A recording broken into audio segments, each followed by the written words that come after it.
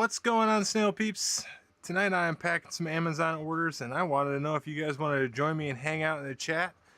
And yeah, so heck by George, I'm gonna get the fire going here, and there we go.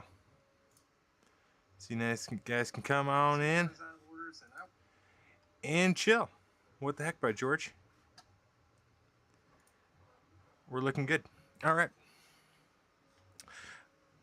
I've got a bunch to label tonight, and so I was wondering if you guys were coming on in the chat, I would talk to you.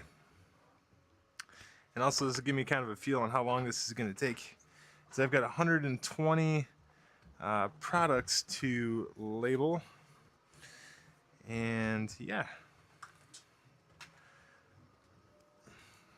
each one is going to get its own 4x6 bag.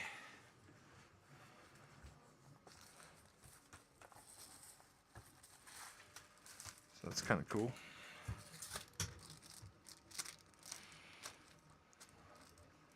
It's going to get its own screws, and it's going to get labels. So let's do one here. This is what it's going to look like.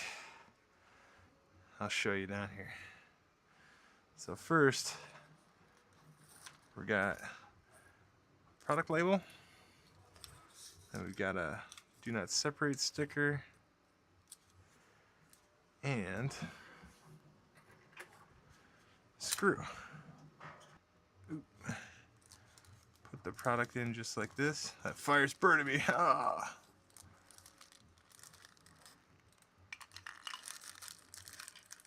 Close enough for government work. Wrap it over just like so. And we'll call it good. I don't think it's going to pop out of that bag, really. It'll be alright. I might keep it a little bit loose so it doesn't, but that's it. That's what you get when you purchase on Amazon.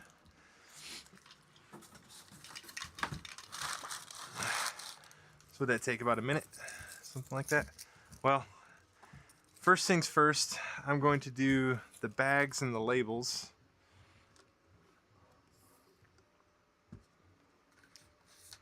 And we'll continue on, unless you talk to me. And let me get my music back up here.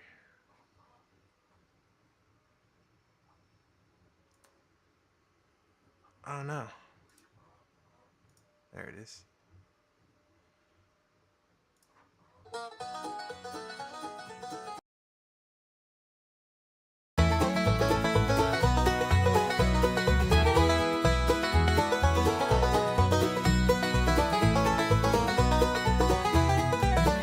Boxes stacked like mountains high, taping labels flying by, scanning beep, each item's cry, send them off without a sigh.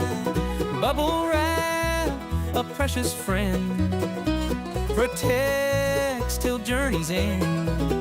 Fill the voids, make sure they blend, pack it tight and then you send. Packing orders all day long, whistling that working song, fulfilling dreams before too long, in the warehouse where we belong.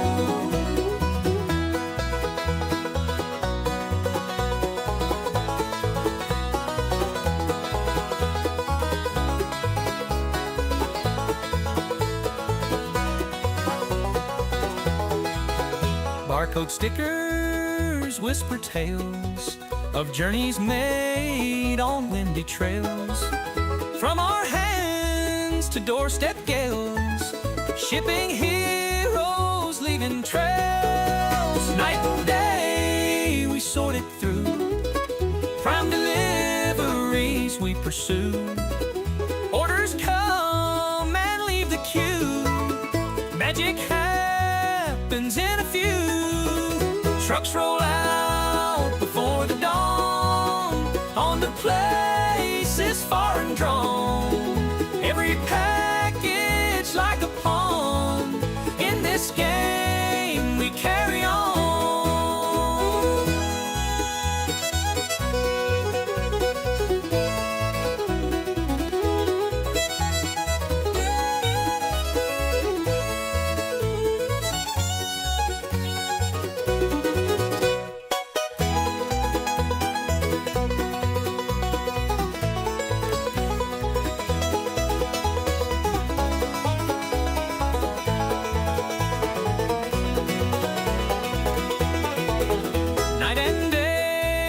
Sort it through. Prime deliveries we pursue. Orders come and leave the queue. Magic happens in a few. Trucks roll out before the dawn. On the places far and drawn. Every package like a pawn.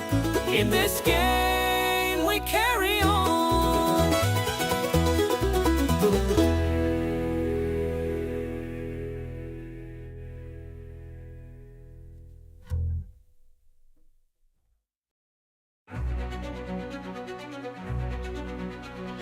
In the shadows, slow he moves. Something else cool that I noticed that I've been doing was well, that I noticed it was cool with Amazon is you print the exact amount of labels, so you don't really need to count, you know, how many you print on there. But yeah, that's cool. I'm just learning new tricks and keep it going faster. Twilight whispers. You're seeing real time how long it's taking me, so yeah. Tiny worker with grand plans, stars above his guiding lights, building mounts for tunes to glide, echoes far through endless nights. Twilight radio mounts he builds with a patience pure and still, broadcast dreams across the hills, whisper secrets moonlight's will. Silver trails on forest floors, careful touch with gentle grace, twisting wires through ancient roots, snails soft and focused. Oh, the radio of dusk, in a world where time moves slow, carries wishes on its waves, songs only the wise will know. Every night the stars applaud for the artist in the deep. Music mounds in twilight's grasp, harmonies that never sleep.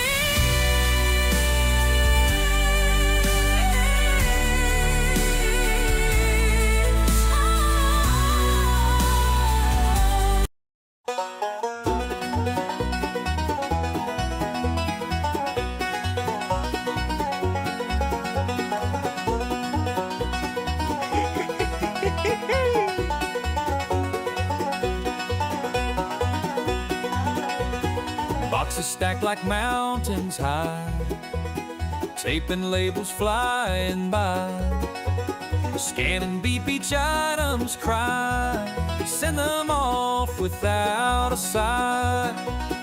Bubble wrap a precious friend, protects till journey's end.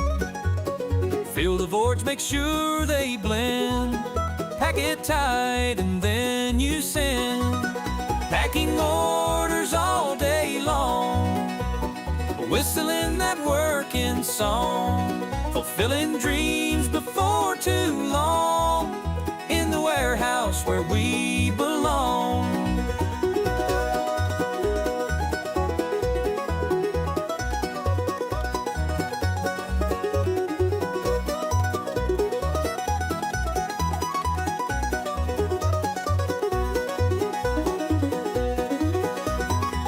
Barcode stickers whisper tales of journeys made on windy trails. From our hands to doorstep gales, shipping heroes, leaving trails.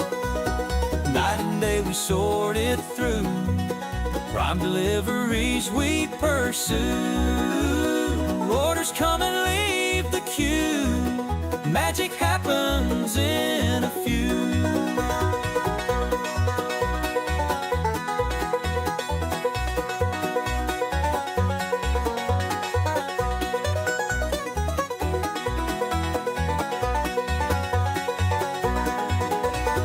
Trucks roll out before the dawn, on to places far and drawn. Every package like a pawn, in this game we carry on.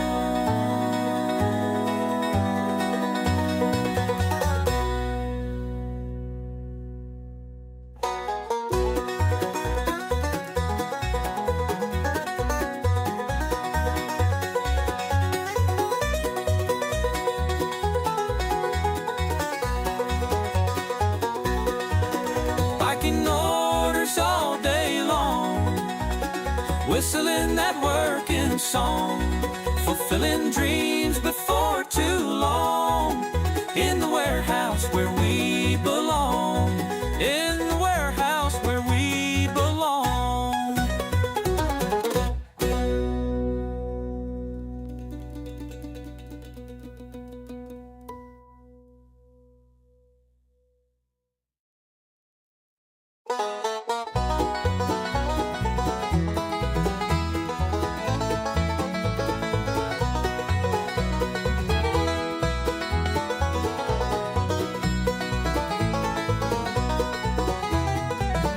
Boxes stacked like mountains high, tape and labels flying by. Scan and beep, each item's cry, send them off without a sigh. Bubble wrap, a precious friend, protects till journey's end. Fill the voids, make sure they blend. Pack it tight and then you send. Packing orders all day long, whistling that working song. So, I am packing. Give me a second. In the warehouse where we belong. Sprindler. I have not seen you, I don't think, before on the channel yet. I am doing 120 bags. Well, I'm labeling right now, and then I'm going to put them in bags. And I'm seeing how long it's going to take. I'm hoping it takes less than an hour and a half or so, but I think that's about realistic. I've got some still on the printers right now, so I've got 100 done, and I've got 20 still baking. So those will be the goal is to get these labeled up tonight, so I can get them off to UPS first thing in the morning. So keep watching, man, and let me know if you got any questions. But let's see how fast I can get this done. I appreciate you hanging out, man. I'm standing by. I'm watching to see if you write anything.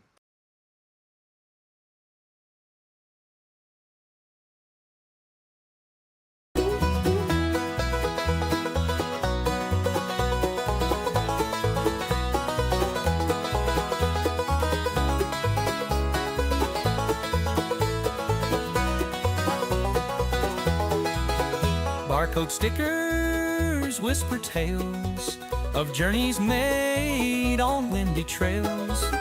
From our hands to doorstep gales, shipping heroes, leaving trails. Night and day we sorted through, prime deliveries we pursue. Hey, Sprint, now make sure you smash that like Orders button for me. Thanks, man. come Appreciate it. and leave the queue, magic happens in a few.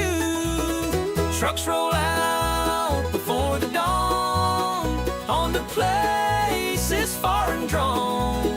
Every package like a pawn, in this game we carry on.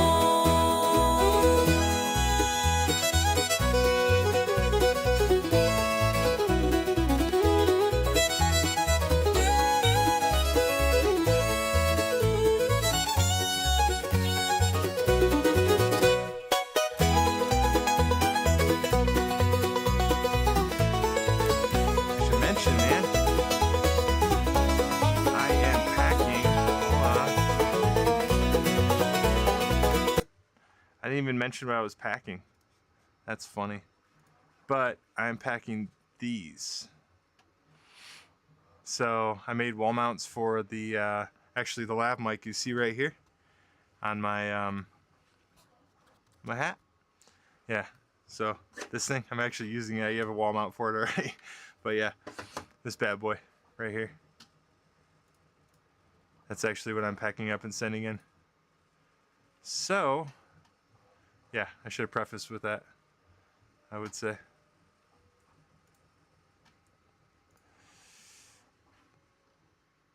And let me get back on here. Oh, that's way too low. Now it's better volume. But anyway.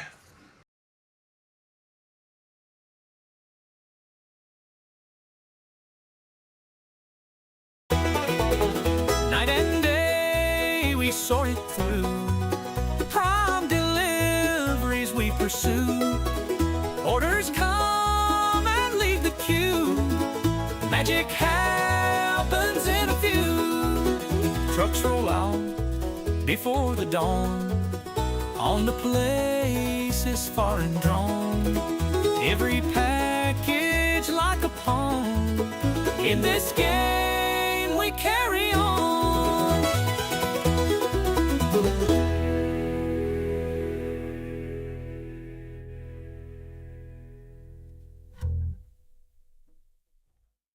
Yeah, dude, 100%. You know it's a wall mount sprint. Come on, get out of here. In the shadows, slow he moves, crafting dreams beneath the skies. Snail with wisdom in his shell. Twilight whispers night surprise. Tiny worker with grand plans, stars above his guiding lights.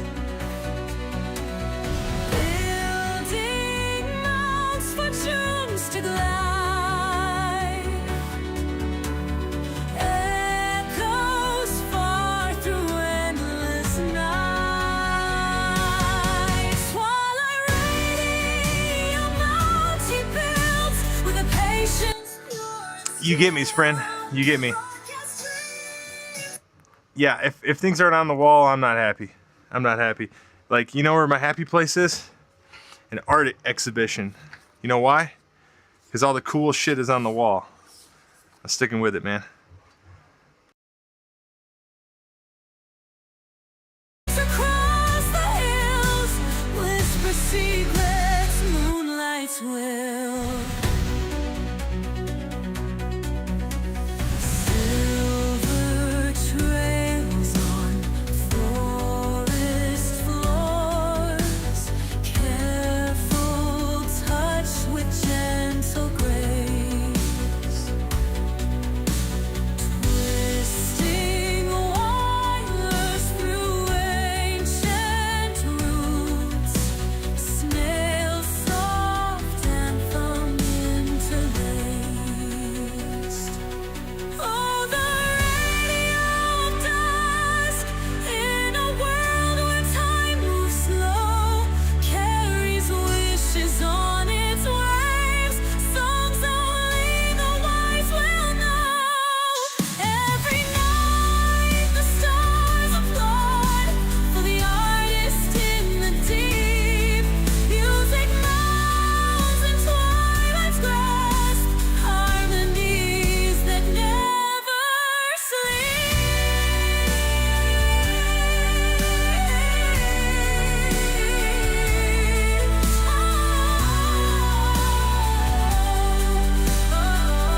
If you ever wonder what it was like to work for Temu, bro, I know.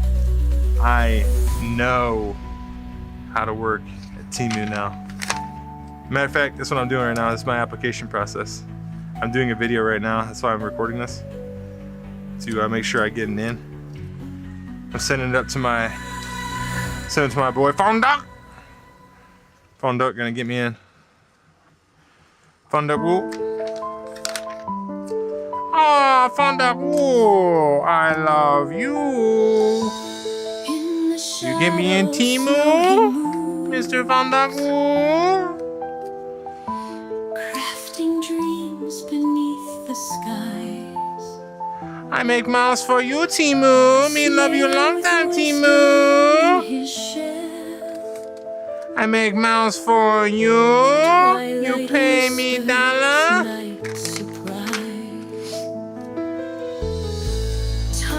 Of course, it could work for AliExpress, you know, but I'm not a cheap date. Temu puts out, Temu pays. Building mounts for tunes to glide. Echoes far through endless nights. Bro, I don't know yet. Spin. I haven't sold anything, dude. The product's already been on the digital shelves, baby. I've got. Let me show you what I got going on here. Let me show you what I got cooking. So it's a little. Let me shut this down here. It's a little risky because let me show you what I got so far. Just so happened to do 77 and 77, but I'm sending 77 vacuum cleaner mounts. See right there. I just got it for Christmas, dude. And there's 30,000 months sold, and I was like, okay, I'll do that. And actually, those are doing really well on Make a World, so I know that's going to be a good seller. So it's 77 inbound on those, 77 tape guns inbound. Okay, so 77 tape guns tape gun holders inbound, and that's a 2 set. I got 68 of the Hoto drill holders inbound. As you can see those right here.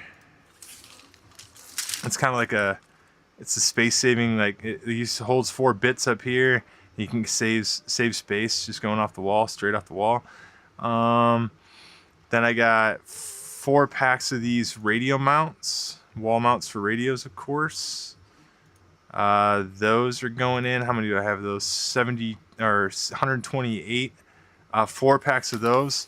So that's like 500 pieces almost. And then these are 3 packs of the wife's only approved sunglasses holders or mounts. 72 of those 3 packs. And then I'm gonna have 120 of these single pack. Things for the Hollyland. The mics. So it's gonna, once Amazon gets it, I don't know how long they take to get stuff. I've heard like 2 weeks. You know, it's not supposed to be that long. It's like 2 to 5 days or something. Once they get it, it's going all the way to the East Coast. It's going to Florida actually. And yeah, so I ship off a box, and yeah, I'll show you at the end maybe if I'm live streaming that long. But the box is like, it's actually pretty cheap. So a big box like this, which is 16 by 12 by 12, it's gonna cost me like $10 to ship all the way to Florida, which is way cheaper than it usually is with UPS because they have a great deal. And then they charge like an extra $20 to break it down. So like this will probably be like $35 total for in-processing, for the shipping and the in-processing fee, which isn't bad, you know? And I mean, it's probably, all said and done, 120 units, I'll probably make, I mean, if they sell okay, I'm gonna sell these for like $16, Amazon fees. I'll probably make like $800 or $900 off this haul. It took me like a day or 2 to print, a little over a day to print. So it's not bad, you know? There'll be a bunch of these products a month. My goal is to hopefully make, you know, revenue wise, I want to do, just out of this shed, I want to do between 15 and 20,000 in revenue. And so that would, you know, 8 to 10,000 in profit, I think, ish, is what I think I want to do. That's my goal out of this shed. And if I can get that, once I do 200,000 out of this shed, then I'll start renting a facility. That's my goal. That's the inside juice. So after you mentioned well, let's see, what did you say? Look at the fees. I look at the fees. Are they going to be good margin wise? Okay, so yeah, what you can see right here. So look at here. Let me make myself small. You can see the actual fees right here, right a little bit, right down there. So let's say like these sunglasses, right? So I'm gonna be selling these for like probably 14 bucks ish. Fees on there is like 6. So let's say it's 7. I'm just gonna say I'm just saying 50% is what I'm counting on. So like $7 on those sunglasses. So I'd be bringing in. I think I got like 50 cents in materials and screws, maybe a little bit less than that, but something like that.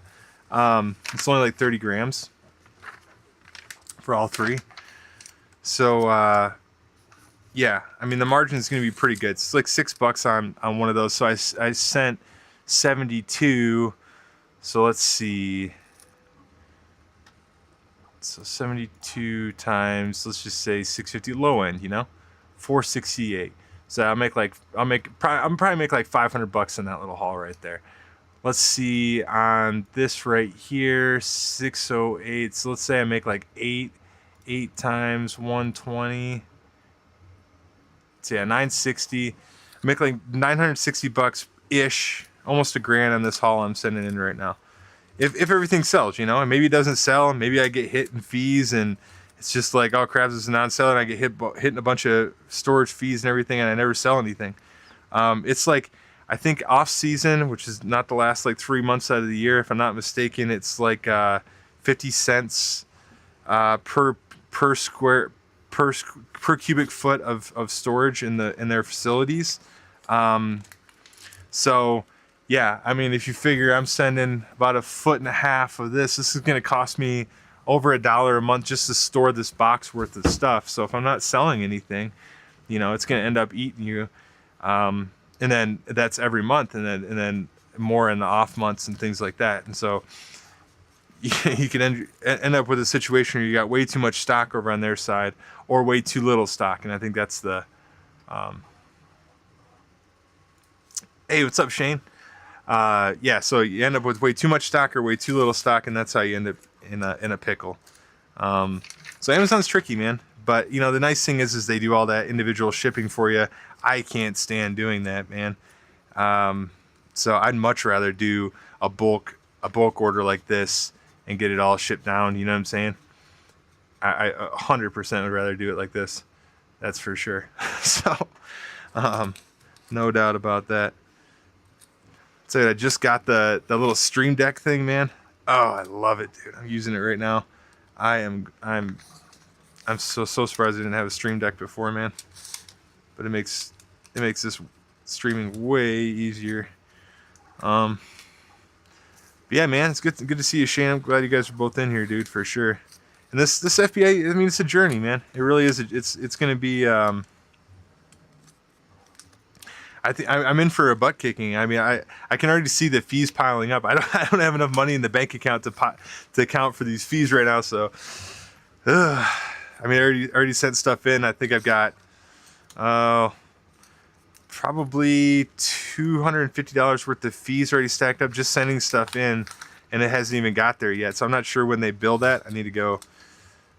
This is for my later self when I rewatch this tomorrow. If I do, I'll hear this and it'll remind me to go to the bank and plus up a little bit, because man, they might hit that card and get me good. But yeah, I don't know what the sell-through is going to be like. You know, some products are going to sell better than others. Some are going to sell super slow, I'm sure, if at all. Some I'm going to have to pull down. Some I'm not going to be able to keep up with. So man, I don't know what to expect. I'm really doing a shotgun approach, and you know, I mean, you can see mic mount. If there's going to be a baseball and baseball bat mount, then those are completely separate, you know, universes from each other as far as categories. But I don't care. I'm really trying to do a shotgun approach. Bryn says, with how fast you are at CAD, it seems like most of your time is spent doing stuff like this, packing. Once you get your process down, it should be a nice profit per piece. Man, that's the goal, Bryn. Because to be honest with you, man, I don't know how fast I am with CAD. I'm getting to the point where I'm proficient in that, at least in that tab. There's some other tabs I know nothing about, like form tab and things like that, sheet metal. But exactly, yeah, most of the time is just eaten up by, is eaten up by this, man. Your standard day-to-day. I got a nice little stack right here. I'm almost done. I got this little left. Okay, I got these left. So how long? Can somebody give me a sprint? How long's this been streaming for, man? Can you give me a time check? Just kind of curious how long this has taken me so far on average.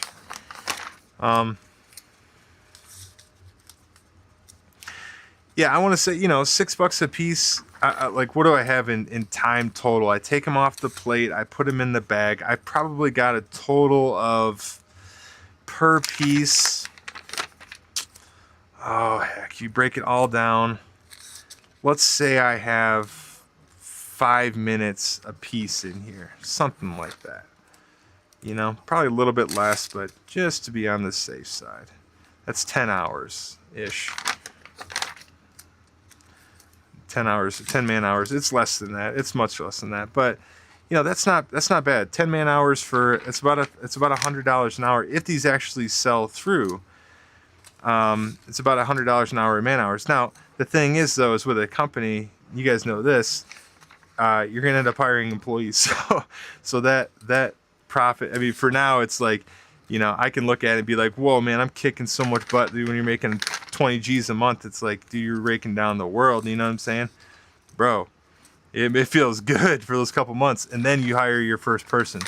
And there goes the money. And then you hire your second person, 10th person, and the money keeps going away. So, yeah, it doesn't, the burst doesn't last forever. In reality, you end up just with a job and, a better paying job than most people is what you end up with at the end of the day, which is cool, man.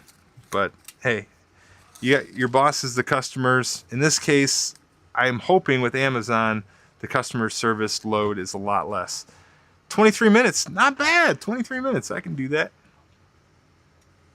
Do you have your mass printing down? Can you start printing a batch and walk away? Oh yeah, for sure, yeah.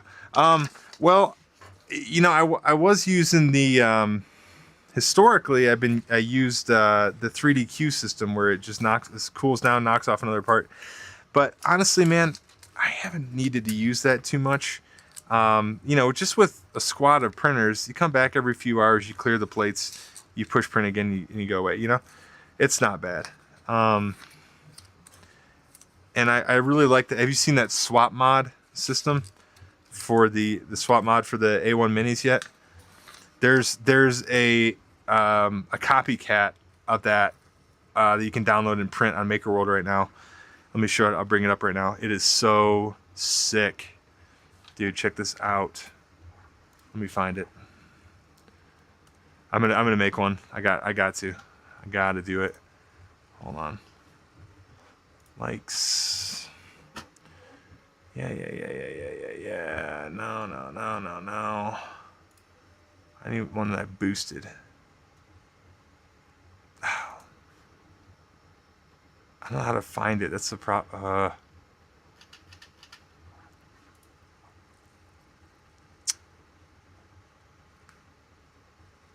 Crap. Hold on. I gotta find this.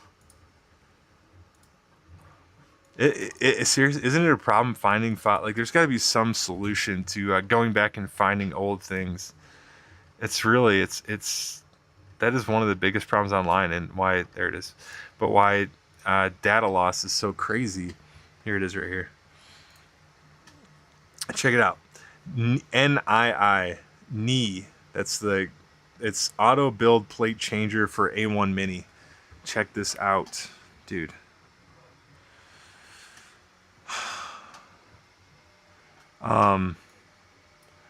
Yeah, okay, so this is it right here. But basically the plates go right here. It stacks up the plates, and then it gets done. It knocks off this plate and then picks up a new one. So you can see it right here. Check that out. Watch. Boop. So I'll be probably starting to employ some of these.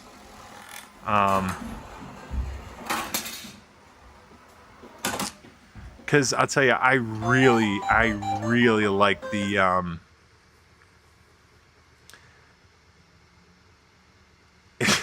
you take care of the family, but hey, let's just say he sleeps with the fishes. You know what I'm saying? But Guido, that's funny.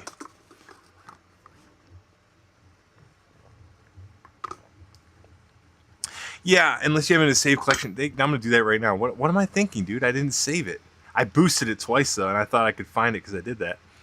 Let me like it, yes, and let me save that bad boy. What am I thinking, dude? Automations. I already got it saved in there. I already had a tab saved. Automations. Okay. But dude, this thing is slick, isn't it? And it's not hard. It's got like a cable that comes up right here. So then it'll come out. It'll have a NG code. All it is right here. It changes out the NG code for this right here. That's it. All it is. And then it comes up, and it pops this. And it's just connected to that cable, and that's what drives this little arm back to pop the plate. Pushes it off. Done. It's a great thing. People were pissed in here that they stole it from Swap Mod, but like the Swap Mod thing, you couldn't get in the U.S., dude. You couldn't order it in the U.S. I'm serious. Look. I'll show you. Just to be fair to Swap Mod, I'll show it. Let me show you. You cannot order this thing in the U. It's still in pre-order for one. Dude, whatever. I don't know what this guy was thinking. I mean, I get it, but like it's gonna be March 2025 before you can even get this thing in. It's printed, bro. This is printed. I don't know what the deal is with that. It's cool, but I mean, okay, somebody's gonna take it, and it doesn't, dude. You can't even get it. I don't think you can get it delivered to the U.S. Let me see.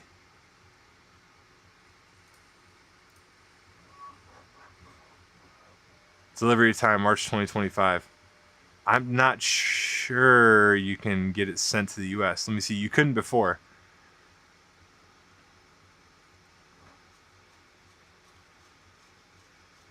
We are not yet shipping worldwide. See? So why were people pissed that people copied the thing? Again, okay, here's the copy of it. So if you want to spend, you got to spend $70 €70 for this thing and not get it until March. Why didn't you just put it up? But whatever, So we made a copy. Pretty cool.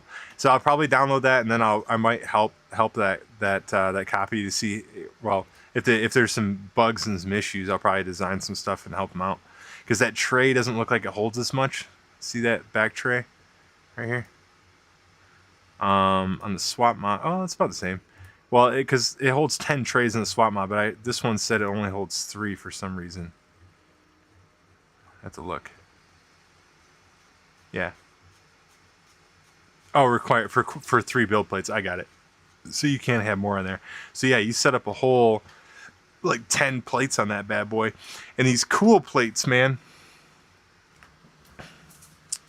Right here, these Bamboo Lab cool plates are fantastic.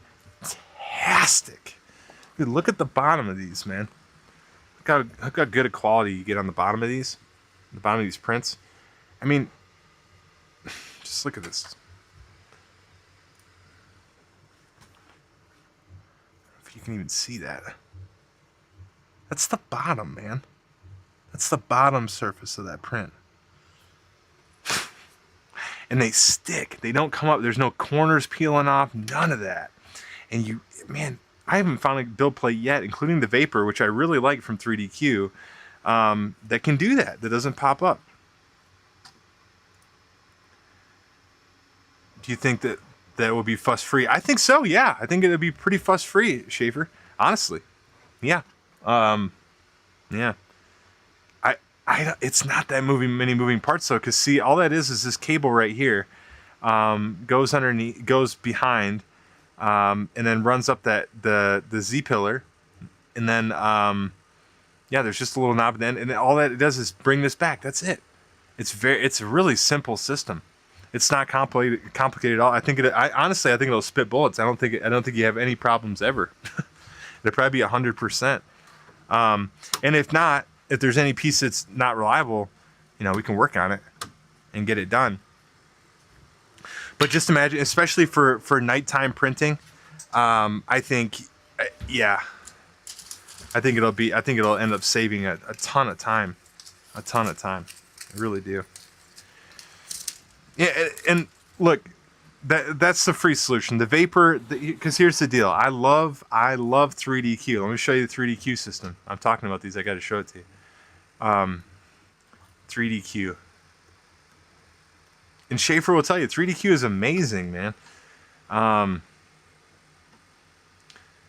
3DQ is amazing stuff. They've got they've got these beds are a special bed, and it's called the vapor bed. VAAPR, vapor.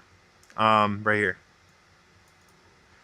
And what it does is once it cools down, it totally releases the part.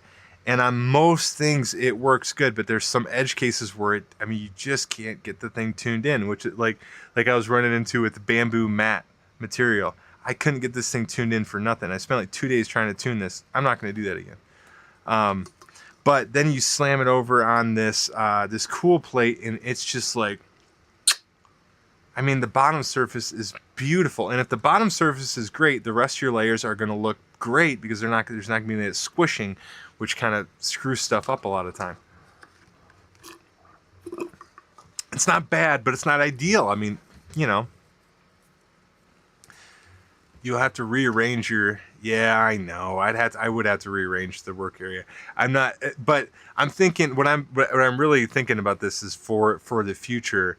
And I know that now that you got the bamboo thing coming in with the control, I don't know how, if there's going to be a problem with the talking with, I don't know. I'm saying this live, but I don't think there is, because I think you can still use Octoprint with the new bamboo update and stuff. So I don't think that 3DQ is going to be affected. But I have no idea. And I really should check. So that'd be another issue, but I don't think that the swap mod plate system would be, because that's just changing the NG code. I don't think that would be affected on there, because it's just changing the NG code to pop off the plate, and that's it. So that might be a really good solution for farming, honestly, because I've noticed that, like, otherwise I'd probably, if I can't get some solution like that to work, eventually I would say that the A1 is going to be a better farm printer than the A1 Mini, because it's similar in power consumption, and you got that bigger build plate, so you don't have to change. There's fewer swaps, so eventually that would end up being a much more cost-effective solution. Yeah, the 3D I love the 3DQ system. And here's the thing with 3DQ is I can probably still use that other part ejection solution, because you can use a custom wipe sequence, which is going to add a custom end code. So you should still be able to use that with 3DQ system, because their software solution is amazing with 3DQ, and the vapor bed is amazing. But it takes a lot of tuning, and that's per part. You can typically say, okay, it gets down to 32 degrees, for example, and the parts are released, and we'll do it. But then you get those edge cases, man, and that, you just got to tune every one of them when you're using that vapor bed, even though it is cool. Honestly, I definitely will use it. If there's like a hot seller on Amazon, for example, and I'm having something like literally is selling so much that it just takes up one printer entire life, then I'll just have one printing on automatic mode all the time. And then that will be using 3DQ for sure. Or not even 3DQ, it'll just be looping, So I'm sure there'll be stuff like that. But man, that's a lot of quantity. Dude, you figure one printer running all the time, honestly, is a ton of capacity, man. If it's running all the time on something, it's a stupid amount of... These machines are a stupid amount of manufacturing capacity if you think about it, man, if you break it down. I'm almost done. I'm on this last sheet of paper. May not work with AF, but you got to start at 3Q. So did I. I was pretty. It was like 2 years ago. So, yeah, my first. I was using the Prusa minis is what I was using with 3DQ, and man, honestly, I did some contract printing with 3DQ. It saved me. I obviously 3DQ didn't make me the money, but oh my gosh, I mean, it saved me so much hassle, and in those prints. I owe them a lot. I mean, there's some times when it's like, man, it just makes so much sense to be using 3DQ, and those parts were nylon, and it's not, it's just, whew, yeah, a month worth of printing basically. It would have been so many plate swaps, well, thousands. It'd have been horrible. You can use the cool plate with, you can use the, yeah. Yeah, because it's got the custom NG code. You know what I'm talking about? Or the custom wipe. I don't have my Pi plugged in right now. Otherwise I'd bring it up. But yeah, it's got that custom wipe sequence in the auto farm. And in there you can just drop that. I'm pretty sure you can just drop that G code in there, or get pretty close. Anyway, I talked to Matt at Auto Farm about it at 3DQ, and yeah, he said it probably isn't a problem. So, and you got to figure too, like, so vapor you can't use. I was talking to Matt the other day, and you can't use a TPU, but you can use polypropylene, which is, for a lot of applications is better than TPU. According to Matt, I haven't tried that. I don't think I've never printed with polypropylene. I've got some polypropylene CF sitting there on the shelf, but I haven't printed with it. You tried PP yet? Anybody in the chat? I heard it's really good stuff. Not sure what are the applications for polypropylene. Like, what are the segments that would typically be using that? Chemical resistance? Is that what that's used for? I'm not sure exactly. Let me know in the chat what PP is used for.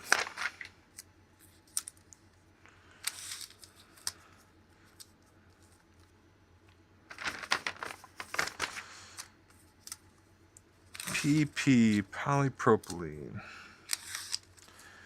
Dudes, I'm almost done. These stickers. Okay, so I'll show you off the P1S. The plate is done. Just 1 second. Let me finish these. Actually came up just a few short.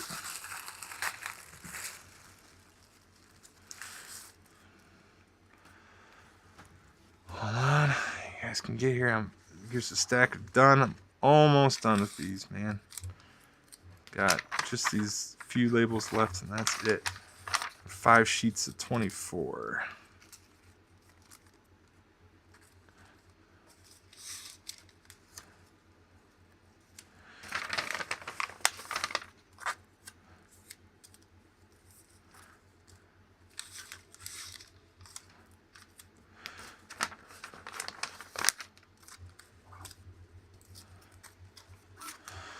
I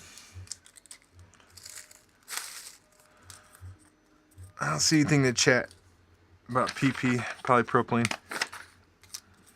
Anybody still in here to answer that one? What is it usually used for as far as 3D printing applications? Is it high heat? I mean, I think it's high heat resistant, right? Isn't it? All right. Well, we've got ourselves an entirely labeled stack here. Now we are going to move on to packaging this bad boy.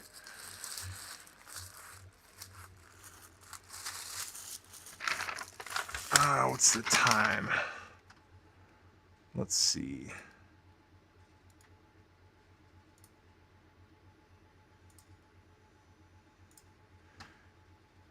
Time 42 minutes. So 42 minutes with talking, with yakking, all that kind of stuff. Not bad, man. I'll take it. I'll take it. And since nobody's in the chat, I'm going back to music. If you guys come back in the chat, I will chat with you. But otherwise, I'm going back to music.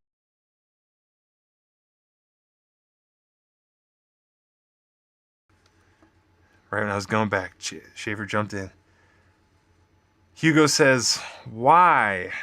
Why what, Mr. Hugo? Why with a question mark?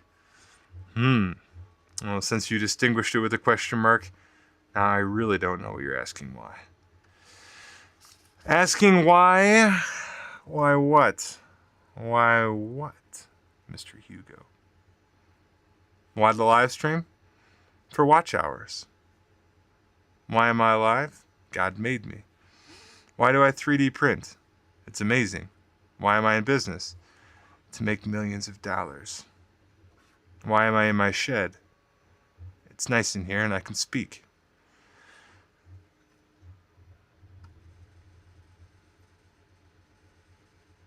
Oh! The obvious question. Why do you print your printers on the wall? I'm going to give you 3 guesses. First one, go. I didn't think about it. I can't hear you. Well, space, ADHD, and efficiency. It's a threefer. 3 reasons. Space, ADHD, and efficiency. SAE.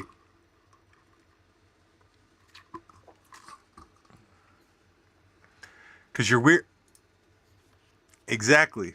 Because you're weird. Yes. I'm live streaming me putting labels on packages, Hugo.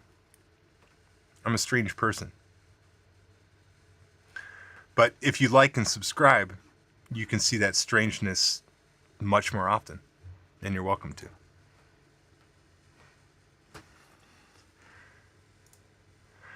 Keep more workspace open, that's why you put them on the wall.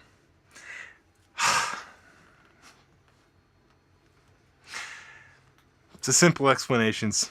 Yes, that's why. And because, but I like, because I'm weird. You know what I'm saying, Schaefer? I like to keep it weird. Answer my other question.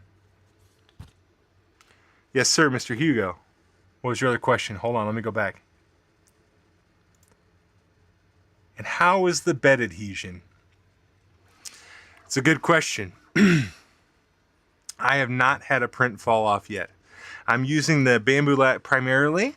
I'm using the Bamboo Lab Cool Tack plates. They are amazing.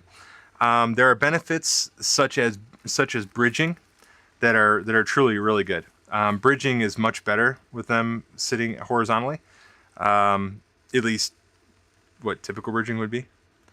Yeah, so there's some benefits for sure, and no downsides. Bed adhesion is surprising. I was thinking, honestly, that might be a problem. If it is a problem, if you had some kind of shaky adhesion and the parts, well, it could be it could be a benefit and the parts fall off and get out of the way. Where normally they just would get caught and stuff. Now they just fall off and get out of the way, which is great. So that typically would happen. Or you could fall off and like gets tangled in something. So it brings up new issue. I mean, with the orientation, if there is an issue, it brings up new issues. The number one issue, Mr. Hugo, you didn't ask, but I'll tell you, is the purge poop. So that was the hardest thing to solve. And I want to say I solved it about 90%. I'm not thoroughly impressed with how I solved it. The purge poops are still a little bit big. Let me show you one. So they come out looking a little bit snargled like this. You know, if you've seen the other purge poop, you know that that's not all that dense. That's pretty snargled. So you don't get as many poops in the small poop bin.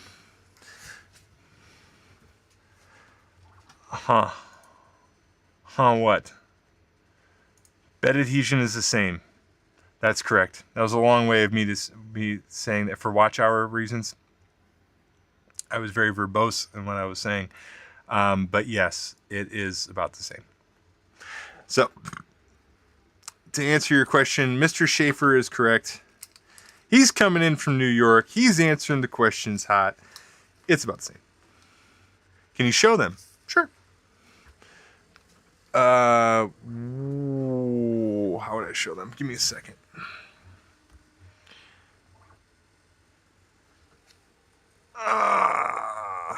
How do I do that? Give me a second, my friend.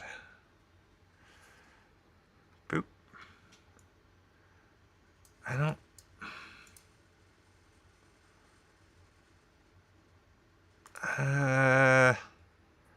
kind of having a... That... I'm really... Like my... Hold on. Trying to get my camera, my above camera to play with me here. I don't know, man. I'm having a hard time with my other cameras, to be honest with you. I got a new computer coming in for live streaming. Hopefully that takes care of these issues. Because yeah, like right now, if I disconnect this, I'm going to disconnect OBS, and that's going to end the live stream. When I start touching buttons too much, it gets crazy. But to be solved shortly. Can I show you this? Come on. How do I get out of the way of this? No. I can't really, man. I can't get out of the way of the screen. And if I turn it off like that, it's just going to go the whole screen. I'm sorry, man. I really can't. You got a screen behind it. That's not a screen. That's my workshop. So, oh, but I do have the screen behind me. Yeah. So that's what I'm talking about. You have a video about it? I do. If you go on our website, or not my website, if you go on, just search go down to my videos in Snail, you'll see a video. Let me see if I can put it in here. Here, I'll show you right now. I will show it to you. I think I could drop it in the chat. Let me see.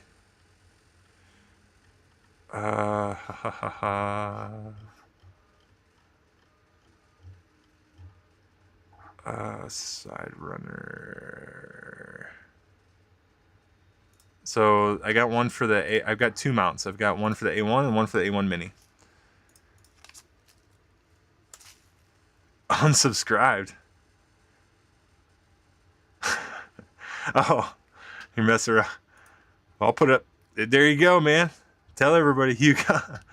All right. Yeah, side runner playlists, exactly. Yup.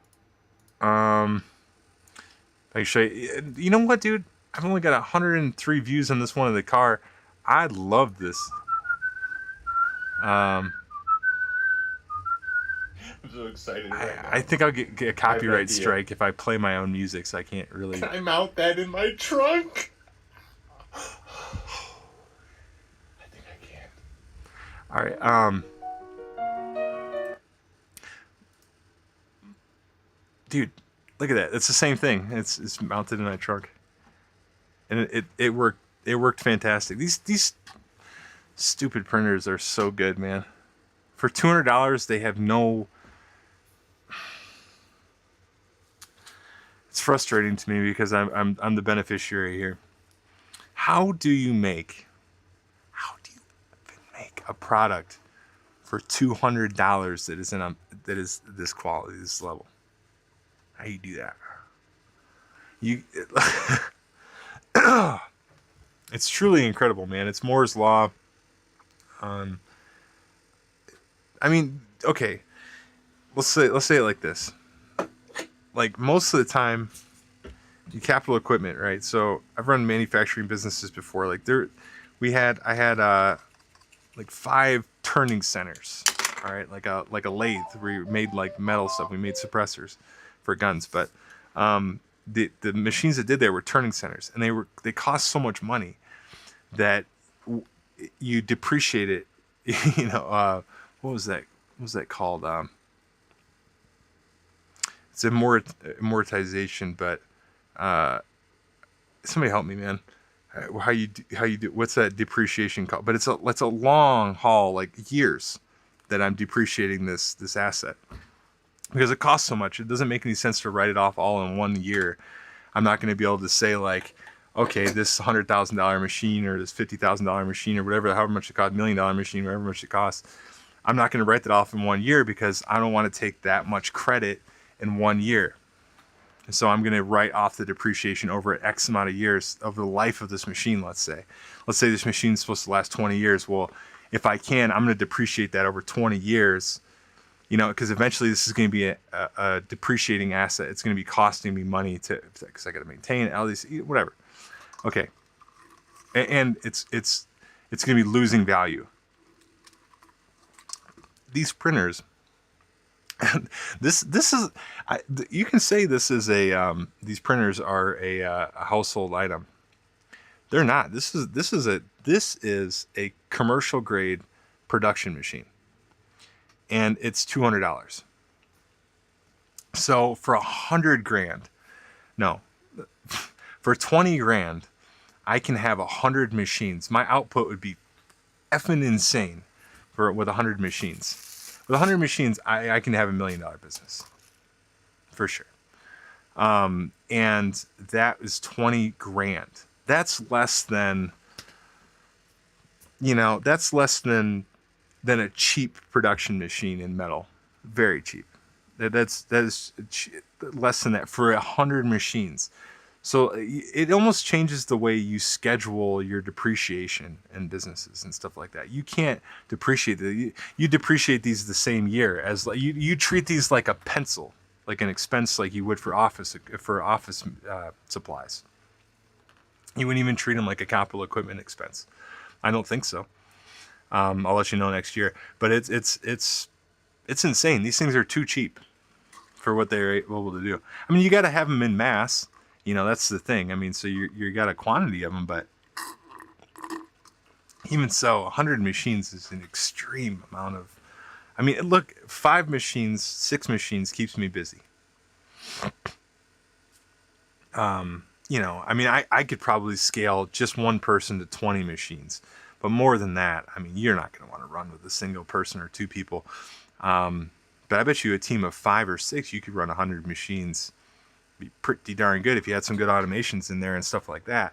And streamlining. So everything's going to be black PLA, probably. And I probably won't budge off of that, man. It's going to be the same material, same mounting 2 screws, as much the same as I can across the board to keep things really clean.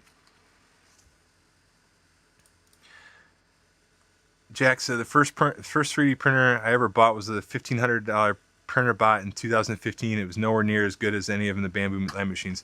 Let me show you yeah, nowhere near as good. Nowhere near. That's exactly right. Let me show you. Operation Kill. Crap. Oh, Zortrax. Let me show you how I took care of this printer. This is my first printer in 2015. So I just mentioned that I had a metal business, and originally when I started the silencer business in 2015, I was going to do it with printing, 3D printing. Well, paperwork and one thing led to anyway. It ended up having to be in metal, but they were originally going to be. So I bought 2 of these machines, these Zortrax machines. This is one of them.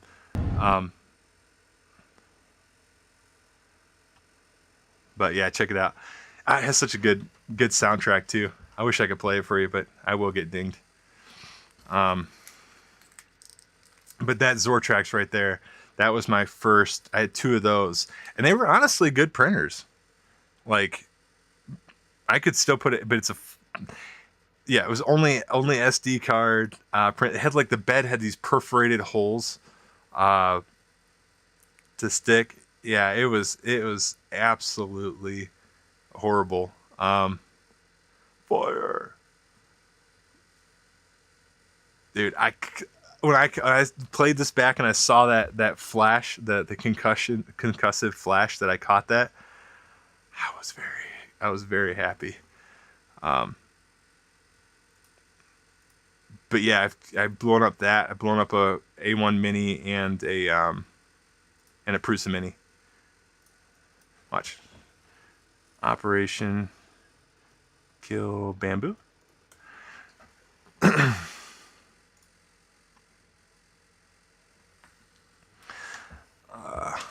Sprindler said, what it demonstrates is what Chinese manufacturing can produce inexpensively. We don't know their investment situation, so they might be running thin margins to build the bus. Man, they must be running on extremely thin margins per machine. I don't know. Maybe not, but it's incredible what the Chinese can do. Yeah, their manufacturing is so much. Like, people were saying, oh, they're going to beat American. Dude, the Chinese, their manufacturing is so far ahead of us. It's not even funny. Well, we have some interesting manufacturing at some smaller scales, and like ISO. If you guys are involved in the manufacturing stuff, anybody in that space, ISO is super cool. And like when you go to like get yourself ISO rated for whatever space you're in, let's say you're in metals manufacturing, metal turning or whatever, like it is an intense process. You'll have an engineer in there for a year or 2, like getting everything set up for ISO and getting it ready. I mean, to meet those kind of specs, but you get more contracts and stuff like that. So people spend a lot of money and a lot of time to get themselves up to ISO standards. But I'll tell you, man, you look at these Chinese manufacturing facilities, and you're just like, you guys got it, man. You nailed it. Like, you got Kanban system, everything is ricky ticky. The machining is tight. The tolerances report not tolerances, we always say tolerances, but it's not. It's oh geez, I can't remember the term off the top. Anyway, they're tight across the board. Their entire operation. I mean, from their shipping tight, manufacturing tight, everything, customer service. Yeah, that's the only thing that lacks, man. That's the only thing that we can really, that I can see that we can pick up and beat them in. But nobody wants to do customer service, man. Nobody wants to, make their organization extremely good on customer service. It takes way too much time. You'll pull your hair out. Everybody tries to optimize customer service in the way that they can have as few touch points with the customer as possible. So that's why Amazon is the thing. But yeah, it's just, to me, it's insane what these printers are able. And I was saying that, honestly, about the Prusa Mini. I was like, the Prusa Mini is an insanely, it's punching so far above its weight class. It's insane. And it still does. It's a great printer. Honestly, the Prusa Mini is a great printer. You could have it running automated some parts all the time. I could still have that thing running. It'd still be running. Like, American customer service equals Indian customer service. Yes, exactly. That's. Come on, dude. You would lose your mind in a couple of days of dealing with angry customers or something like that. It'll demoralize you, man. man, because you think all your products are crap. You get a couple of angry customers, it'll kill you. And you know, you're dealing at scale, like with Amazon and stuff. I don't want to hear it. Well, some things you do because you want to fix problems. You know, I honestly want to fix problems with the product, but I don't want to. Like a bitchy customer, that'll ruin your whole day, dude. Like you don't. It just depends on what they're complaining about. But okay, how big is my shed? I'm gonna measure it right now. It's a good question. I kind of forgot. I can measure pretty quick. Hold on. It is. Okay, we're looking at 12 feet. So I don't know if you're in Europe. 12 feet. That's what, 4 meters, something like that. Close to 4 meters.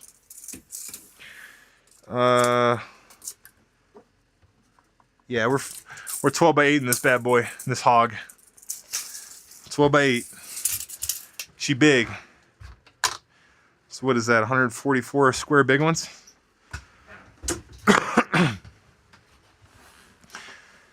Then the German Wiener measure it. Yeah, he doesn't report his numbers to me. You guys are a total douche. If you guys don't know, Schaefer's talking about. I got hit by this German measurer. This guy, his name's Schnecke, and he came in the other day. You check out my shorts. Is that a she shed? What's a she shed? Define that for me. I don't know what a she shed is. I've said that about this place, and I consider it a shed, and I consider it my cave, my man cave. But what's a she shed? Do I have to have a sewing machine in here for that to qualify as a she shed? You tell me. Because I you know, yeah.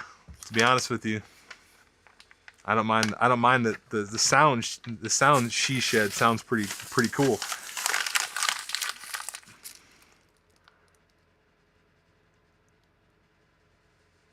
Oh, I gotta delete you on that one. Ah, man, I put it up on the screen. No. Let's try to delete that. Oh, that's funny. I don't even know if I can. That sucks. Ah, come on, Hugo. Keep it clean, man. I don't have my chat set up to be able to moderate you, man. Wine glasses and stuff. Yeah, I would have to, yeah. I used to do tech support for an internet company. Yeah. That's cool. All right. Yeah, man. I'm telling you. Yeah. I don't know how to moderate you, Hugo. Otherwise, I would, man.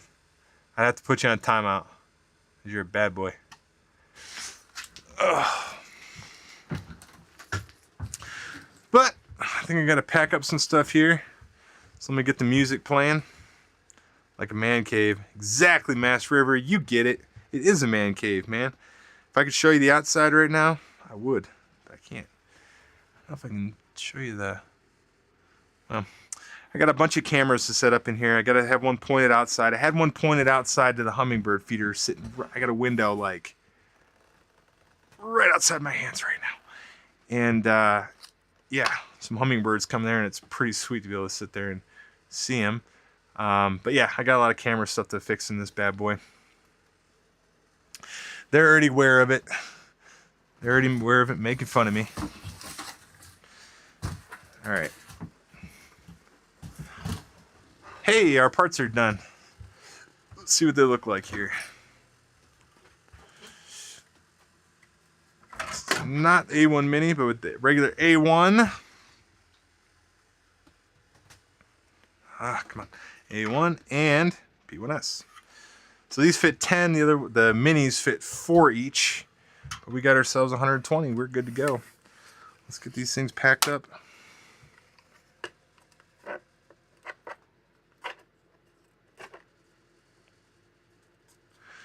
Packed up and ready to go. What's your guys' week looking like, man? You guys gonna be busy or what? I think I'm gonna be a slave to the jungle, man, this week. To Amazon. Get a bunch of stuff printed up. shipped out. Maybe one day it won't be fees, but I'll be getting checks. That's the goal anyway. I hit up Bezos, my boy. Hey, Jeffy, check me. Check, please. Quit holding out. You say, Mr. Snail, of course. Holy Toledo. You know what? I gotta, you guys gotta hear this song. Hold on. Let me get it up here. This is honestly, this is one of those jams that it just goes so hard. Hold on. Where's my library?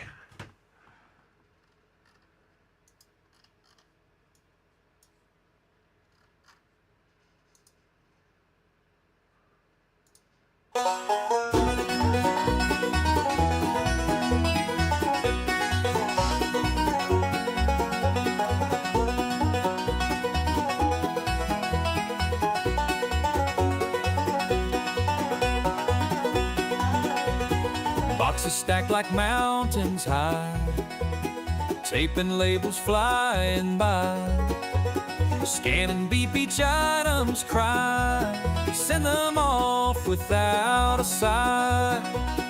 Bubble wrap a precious friend, protects till journey's end. Fill the voids, make sure they blend, pack it tight and then you send.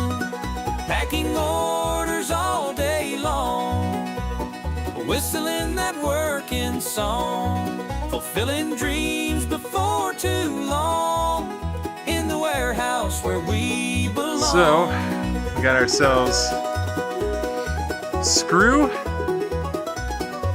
piece.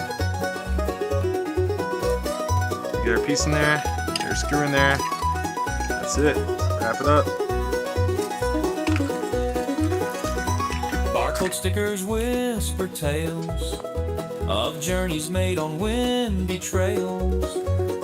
From our hands to doorstep gales, shipping heroes, leaving trails.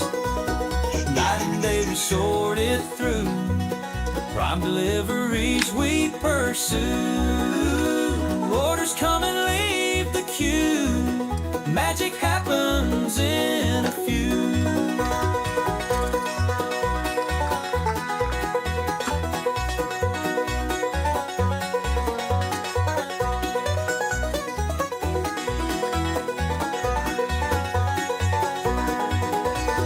Trucks roll out before the dawn, on to places far and drawn.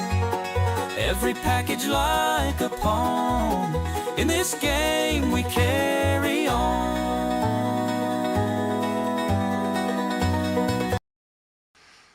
What'd you say there, mister? Oh, let's see. Alright, streaming is a great way to avoid the real work. Exactly, Spindler, you get me, baby.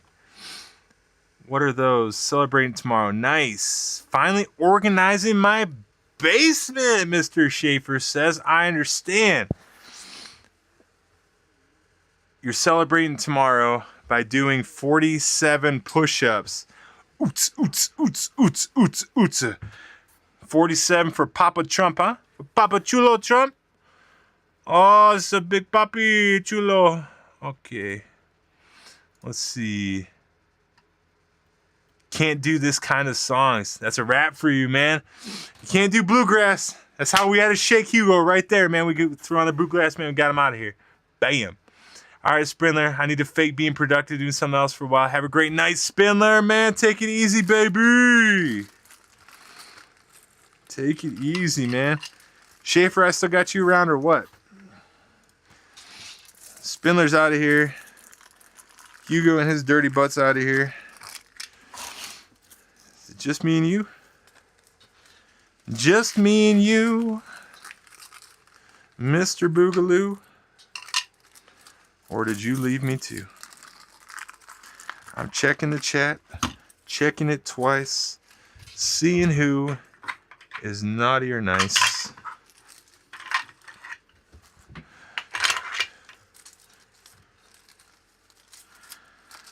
I do appreciate you guys coming around, man, checking out the stream, seeing what's up, seeing what's cooking.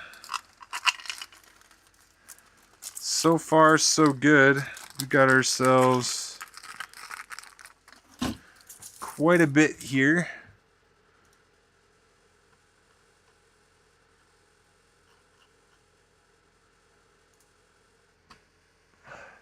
Time to call it a night. All right, buddy. Hey, man. Thanks. Thanks for being the first one to comment all the time. You're a legend. Print about 12 of your 4 cans today. Oh, did you? Yeah. You got your walls. You got your walls stacked, huh? Well, good news is I haven't had any pressure issues, man, at that angle, so we're good to go. Enjoy them, brother. Hey, man. Have a good night. Really appreciate you.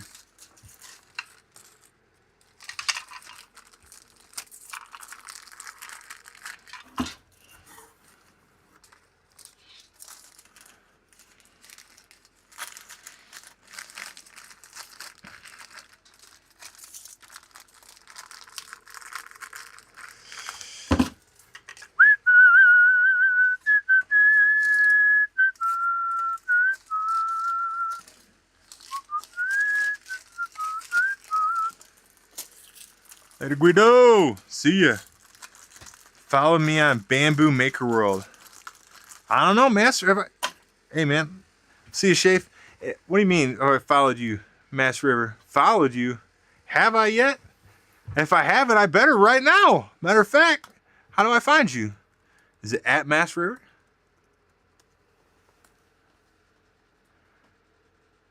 Yo, Mass, give me something. Give me something I can look up. I need to find you right now.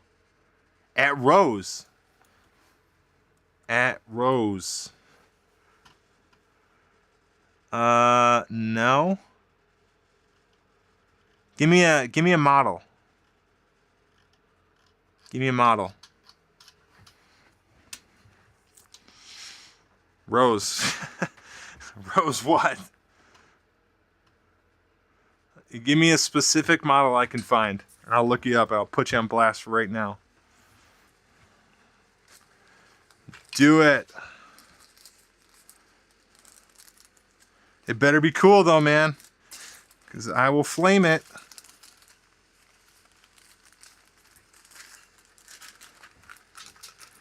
Two-piece birdhouse. Let's see.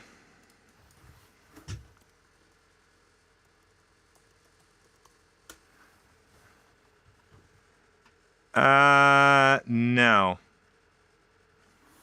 I don't see anything here that says two-piece birdhouse.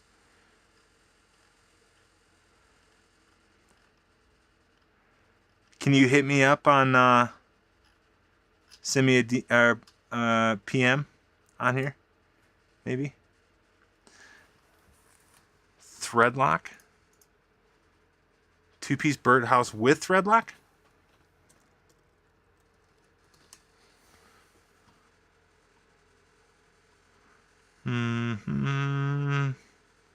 I don't see ya. Make it easy on me, bud.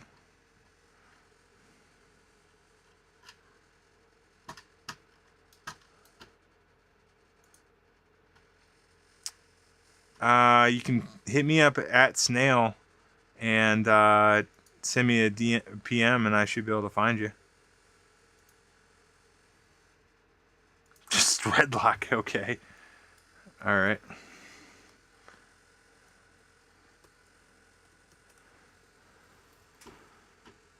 Oh, yeah, I got you. All right. No kidding. All right. All right, Rose. You're right. Thread lock was enough to bring it up. Threaded cord lock. What do we got here? Hey, I think I saw your stuff before. I want to say. A fish whistle. That's pretty cool. I like it. It looks like my Impossible whistle. Have you seen that? It's really. Let me show you. Sybil whistle. I'll come back to yours in a second here, but check it out. And I actually turned it into a fidget, like a little spinner in the middle.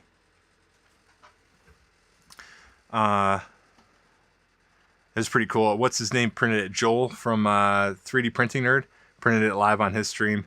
I was like, yeah, that's sick. That's cool. I like that fish whistle, man. That's sweet. All right, what else you got here? 2-piece birdhouse. Now I see. See, if you would have said 2-piece birdhouse, 110 millimeter, it probably would have popped up, no problem. That's pretty cool though, actually.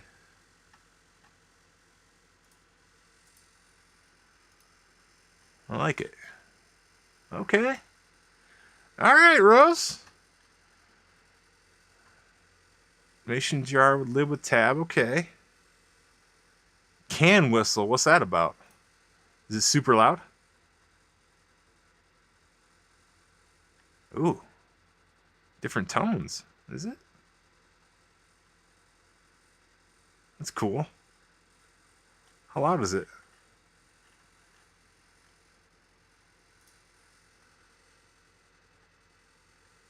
Threaded apple.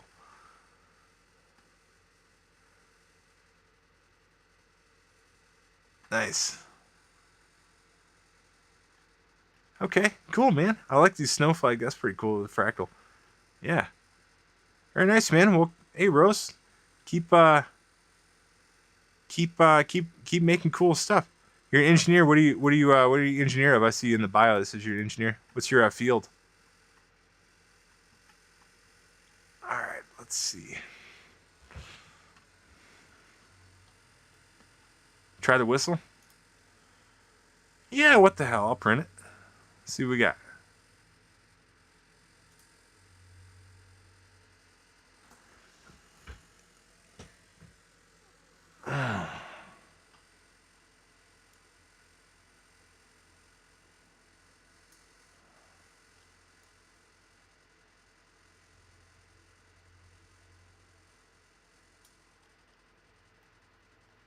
Uh-oh, what we got going on here?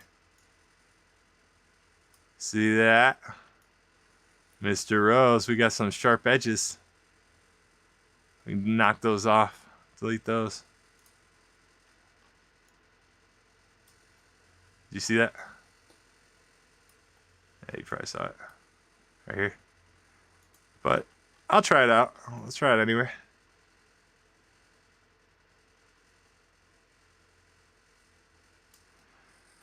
Okay.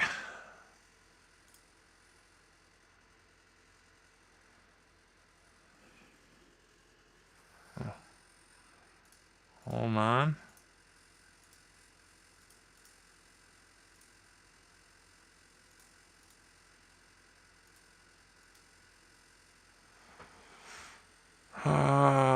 Yeah.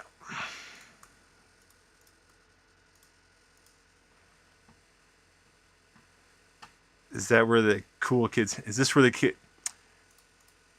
80s kid asks. Is this where the cool kids hang out? This is absolutely where the cool kids hang out. You're welcome. We're waiting for you. Now we can begin. Have to cut the top off the can. Can I use a can opener? Like, you know how you can do that without making a sharp edge? Is that how I need to do this?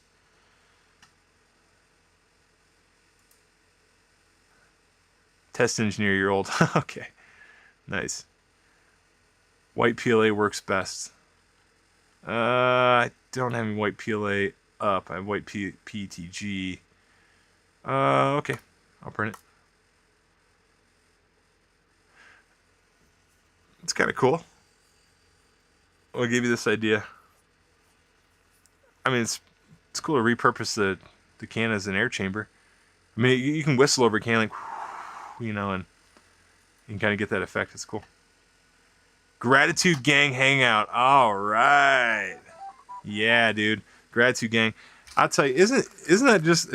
I've had so much fun with the gang, man. The Grat Gang.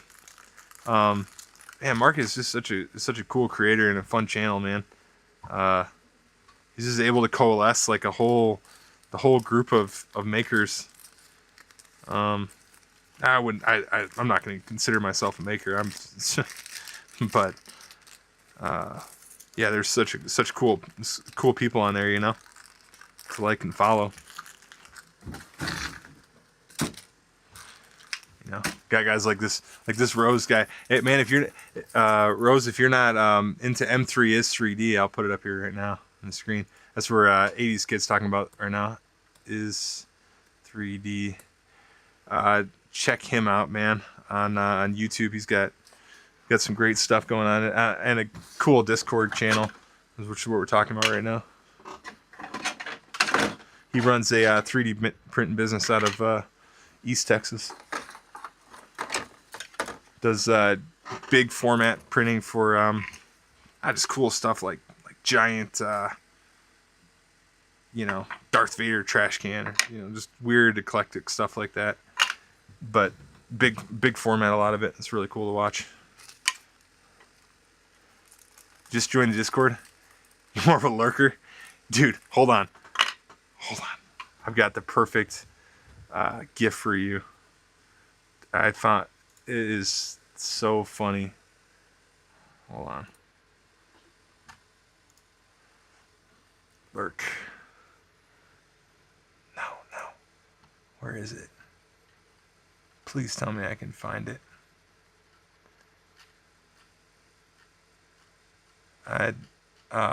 Please. I will find it. Give me a second.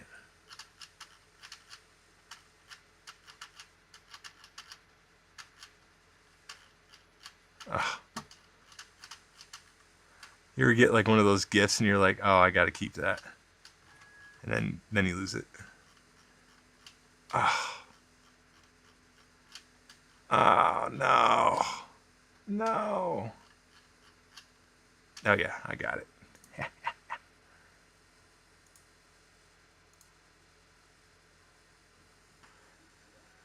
All right, how do I get it up?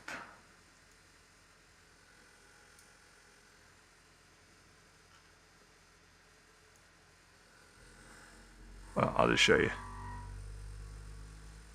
Look at this. But I had to get out of the way. I can't figure out how to get it. But this guy, and his eyes were going like, this gift, just here to lurk. It's classic. Anyway, I can't figure out how to get it out of here.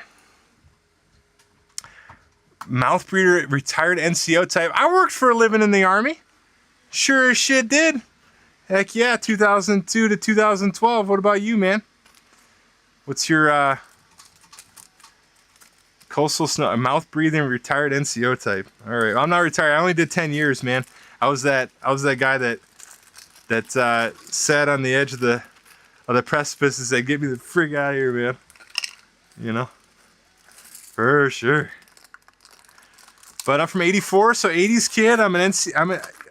I guess I'm was former NCO. Yeah, former NCO. You know, so tell you, man, if you haven't smashed that like button, go ahead and do that, man, for your bro. You're waiting for a coastal storm to hit. That's crazy, man. I'm from Michigan originally, so I know all about that. Does it come with a bunch of snow or what? 19 Delta, which is a tanker, right? No, is 19 Delta tanker? I think it's a tanker. 18 series is Special Forces. 19 Delta is Scout? It's not a Cav Scout. What is 19 Delta? So, all right, done, broski. Already done. Oh, nice. The average NCO. Yep, for sure. Dude, yeah. Scout. Okay, Cav Scout. Okay. That's cool. Well, my first enlistment, I was a postal girl. So I was 71 Lima, which is admin. The recruiter told me, "Hey, don't, hey, listen. I'm like, sir, I just want to go intel. Whatever it is, Give me an intel. When do you want to ship? I'm the recruiter now. Switching hats. When do you want to ship? Son, when do you need to ship? As fast as possible, sir. I need to get the fuck out of here. I'm 17. I need to get out of here. Okay. I got something that's exactly like Intel. It is Intel. It's just a different name. Admin. I got you, baby. And that was how that started. And then I got out. I came back in as a interrogator. Got dropped from that school. It broke my heart, dude. Went through most of that school, and then they sent me. They wouldn't even let me go back to my old lab West. So they sent me to mandatory reclass to be a track mechanic. The worst mechanic in the Army, hands down. Didn't turn a single wrench. Got to my next unit, which just so happened to be here in El Paso and Fort Bliss, and went to S3. Worked on the CPOV, whatever. One thing led to another. You were a Cav Scout. You probably were in S3. PMT and MIT teams last 10 years or so. That's cool. Or yeah. So and that was my first 2 deployments was with the MTT. Well, I was supporting a couple of MTT teams and stuff. That was great. Oh my gosh, dude, that was a scam. I loved you MIT teams, bro. For sure. Everyone hates admin almost as much as they hate MPs. Shoot, man, Postal, I'll tell you, but people were nice to us. Postal, I was actually a Postal guy, so I didn't even do admin stuff at all. Honestly, I wouldn't even know how to do admin stuff. As soon as I got to Fort Jackson, they're like, anybody going to Germany, you're going to be Fox 5, which is an identifier for Postal. So they were like, okay. So they sent everybody to Postal school. So I ended up doing that. I was a Postal inspector kind of thing. When I was in Germany, it was pretty cool, man. It was a great gig. Met my wife there, you know, the whole shebang, you know what I'm saying? Where were you stationed, man? I was stationed in Germany. I was stationed in Germany first for 5 years, and then got out. Had a couple of deployments out of there, and then came back in, and then ended up at Fort Bliss. And then got out and stuck around El Paso.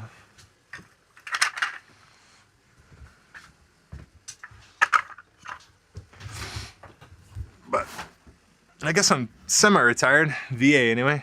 Oh, I'm so thankful for my life would be completely different without VA stuff, man. Honestly, like, dude, without VA money coming in, it would be like I wouldn't be able to do like this, like to just drop everything and start another business.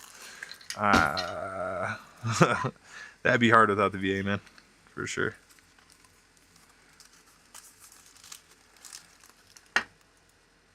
80s Kid says, I was lucky I was AGR. That's Active Guard Reserves for anybody that doesn't know. 48 IBCT, which is Brigade Combat Team? Is it 1st Brigade Combat Team? Or what's that I? 48th IBCT out of Georgia. Got attached to 20th Group out of Alabama. The last deployment. Hence the brain damage. Yep. You get rocked in a couple of V-bids or what? 100%, yeah, dude, I'm working on it, man. I'm at 90. I've actually got to go back into it. My brother just got 100. I'm so happy for him. Everybody knows 100. I'm really happy for him, man. I'm glad that works out for people, man. You know, the property taxes in Texas, you don't have to pay property tax. It's just fantastic, bro. Huge. I mean, I am not complaining at 90. I'm so grateful, man. I really am. But there's a huge gulf of difference between 90 and 100, as you know.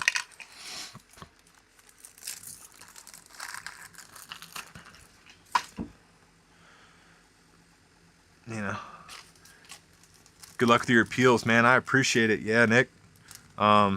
Just getting ready to get started on it, man. Again, I've gotten denied like 5 times. So, and most people I know just get first time, and there's no real reason. Like, it's just something stupid will come up. I'll miss an appointment or whatever, man. Something dumb will come up. But man, I'm really thankful for it, dude. Really, I'm so glad to see people at 100 though. I'm really not jealous about that. Sometimes I'll have a tinge of, oh man, I wish I could get it too, but I honestly, envy aside, I'm really glad that people will get hooked up with it, man. Took my dad like 3 years to get his, yeah. Go for unemployability. why would I want to do that, man? I want to run this business. You got to be an employee. See, eventually, before too long, you kind of want to W-2 yourself. At least I do. And then it'd be like an S corp and a W-2, I believe is the structure I usually go. And then yeah, there's just some unemployability isn't what I want to go for sure. But I can see why guys do, though. Honestly, then you have to worry about your income. I don't want to do that, man. I want to make millions, bro. But yeah, I gotta catch up to Mark, man. I gotta be like our gratitude gang king, bro. I gotta catch up. Gotta do it. Gotta do it.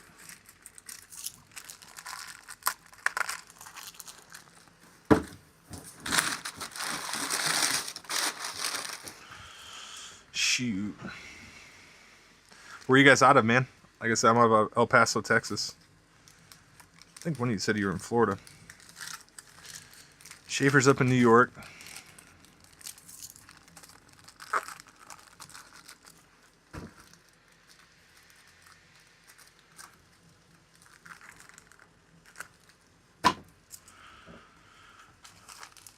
Tricare for life, so there's no big. Let's see. These kid says, I hear ya. I got Tricare for life, so no big deal to sit back and fight the system. Yeah, bro. Dude, it's I mean, that is just, it's fantastic. It's fantastic. You know, like the level that healthcare is so expensive. I mean, we pay. I think you get it for the family too as well, right? I'm pretty sure you do. I want to say we pay $600-700 a month for 2 kids and my wife. And I'm not on it because I'm VA. But man, it's horrible, man. It really is. It's awful.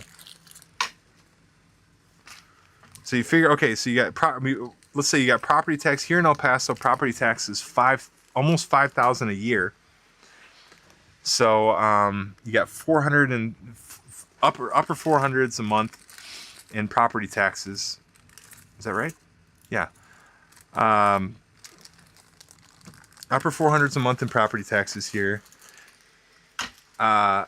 Plus healthcare. So yeah, you got both of those plus another $600-700. So that's 13 or 1,100 on top of your VA tax free 4,000. That's really significant pay. I mean, the tax free element alone is just massive, man.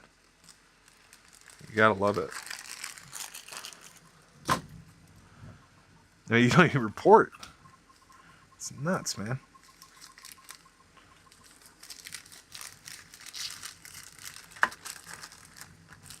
Yeah, I don't think I would have been able to compute that as a kid, though.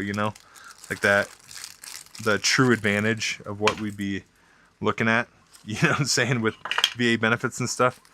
The long-term benefits didn't compute when I was a soldier. Even now, and now I can't even remember what my base pay was. It was so insignificant.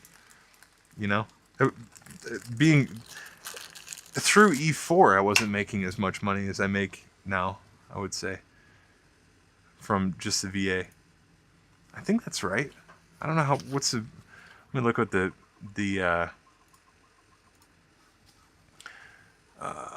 pay scale.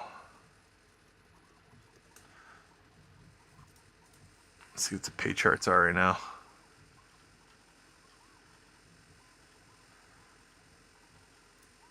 Active duty pay charts. So, let's say E5, 10-year, E5 base, 3,500. So that's not bad. Or, wait, sorry. I would have been making, well, if I would have been making 42 base. Dang, yeah, that went up a lot. So it's not bad. I mean, just right now, just from the VA, 3/4 of what I was making E5 base pay. E4, yeah, I mean, new enlist. I mean, I make as much as, I mean, just from VA, let's say as a, or nearly what an E3 with 2 years in. That's crazy, man. Yeah. Let's see what a top general, what do they make? Over 40 years in, 010, whatever that is, you're making 18 grand a month. Yeah, see, that's why the military isn't. That's 40 years in, you're making 18 grand. Yeah, you gotta do better than that.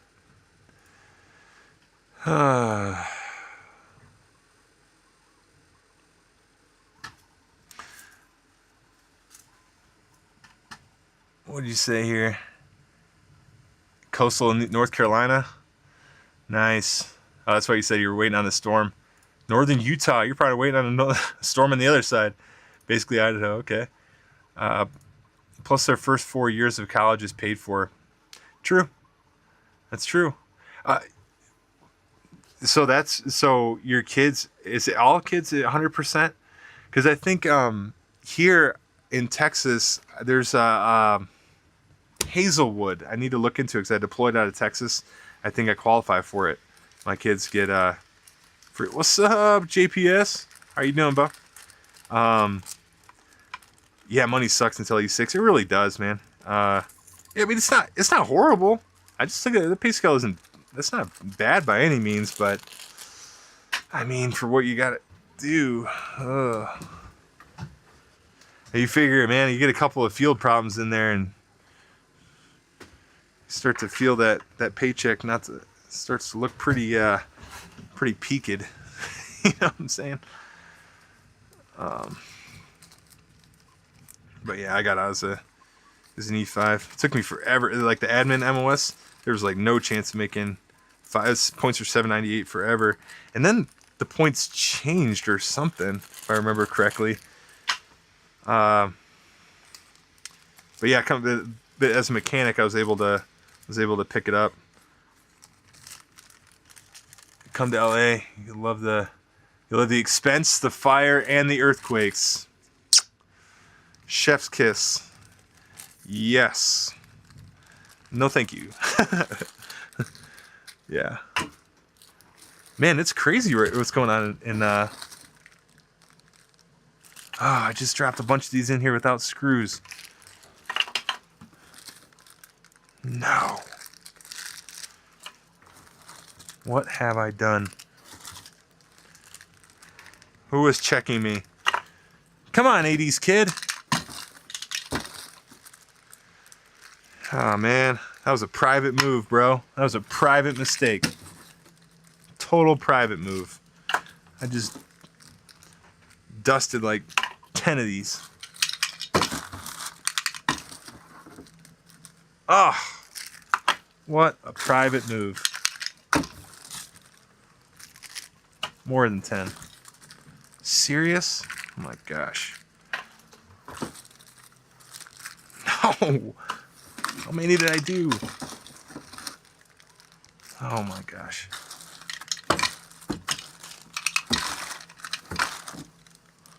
Okay. Okay. I gotta put screws in these. That was stupid. Now I can't open these back up. Oh, hell.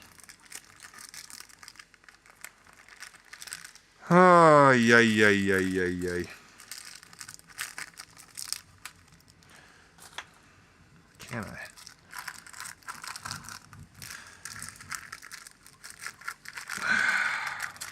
Still making private moves at age 40, man. I'm telling you, man.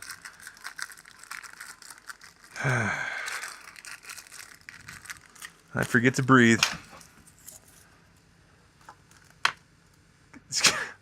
Can't play. Yeah, exactly. Yeah, but that jump in base housing allowance makes it huge. Yeah, man. You're screwed. Yes. Go Going back in here to fix these.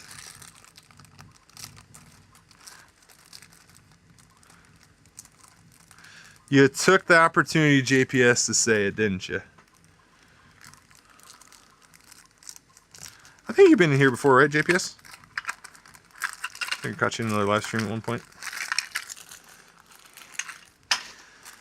But so you guys are waiting on the storm over there in on the East Coast? Is it gonna storm on Inauguration Day or what? Papa Trump's not gonna be happy with that.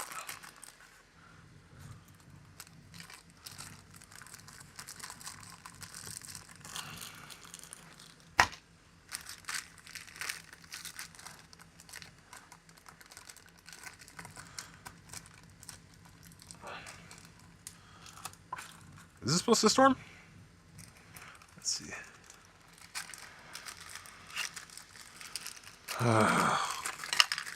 Dude. This mistake is asinine and annoying.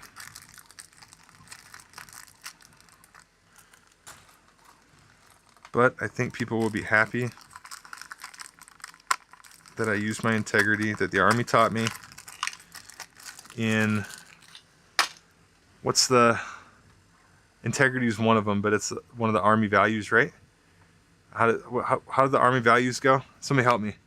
It's I can't even remember the acronym. Integrity, selfless service, courage, honor. No, I don't know if it's in there. Wait, what's the acronym? What's the acronym for the Army? The Army's, yeah. You guys know what I'm going for. Somebody help me. Come on, battle buddies. Help me out. Respect. Leadership. Is it leadership? Loyalty, duty, respect, selfless service, honor, integrity, and personal courage. I remembered that. I got on 2012. That's how the Army does get stuff in your brain, man. Like, that's for sure.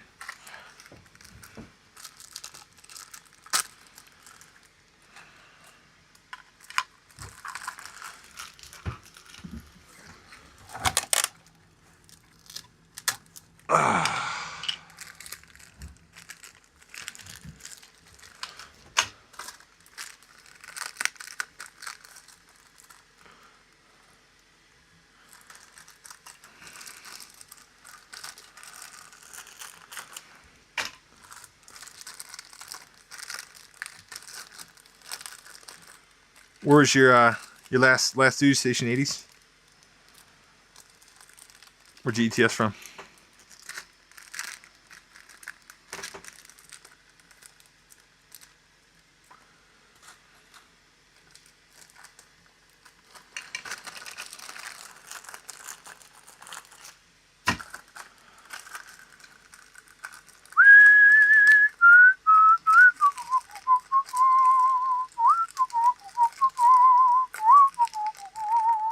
Don't worry, be happy. Run, bum, bum, bum,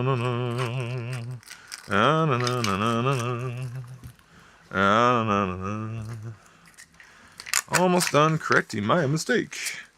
Yeah, da, da, da, da, da, da, da, da. Yeah, da, da, da, da, da, da. Yeah, da, da, da, da. Don't worry, be happy.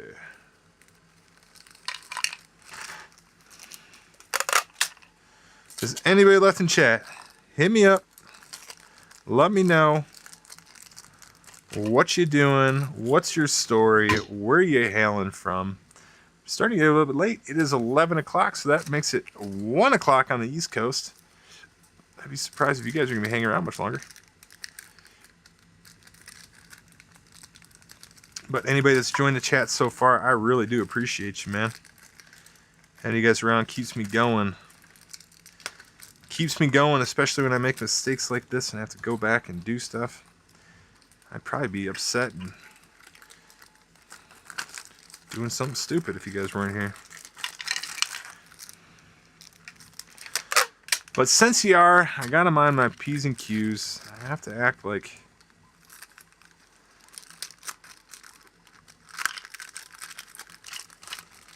I'm a person with some semblance of civility.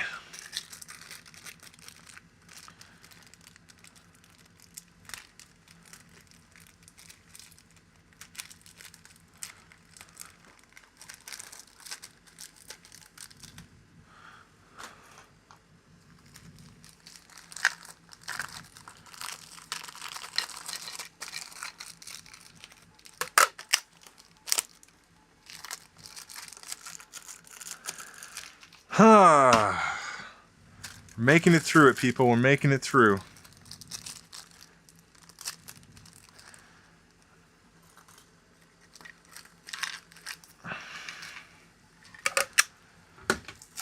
We are making it through. One more to go to fix my mistakes. Don't worry, be happy.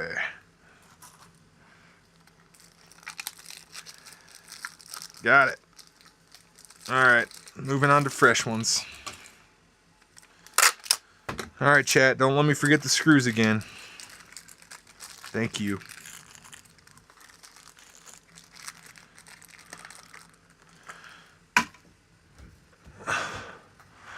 Oh!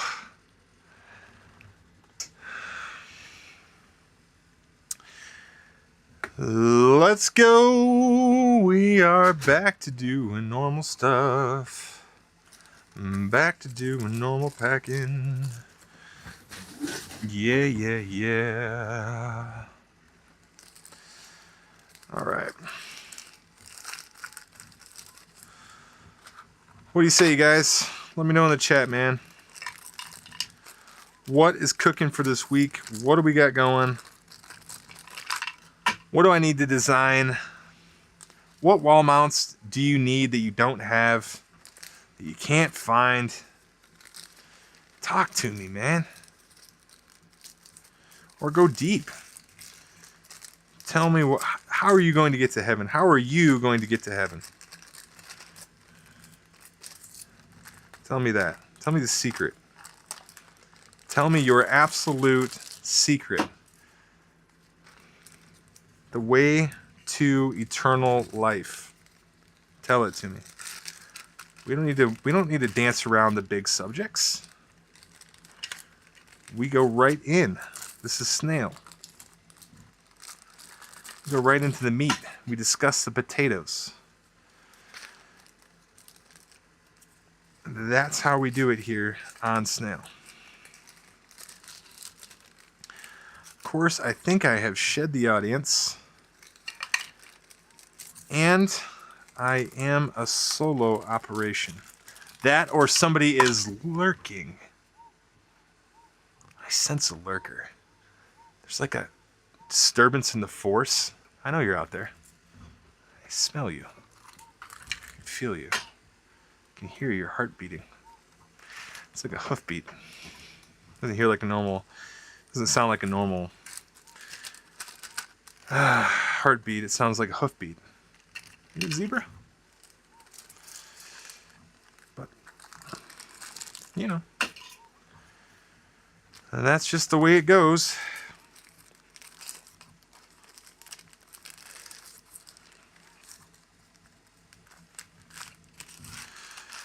Ju.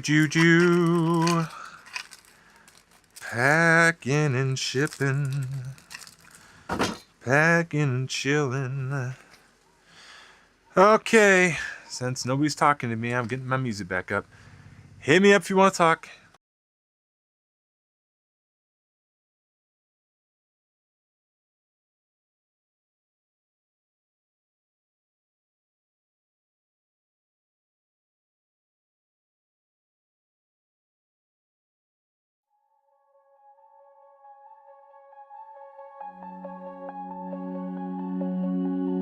Neon lights, they glow and fade. City sleeps, but thoughts invade.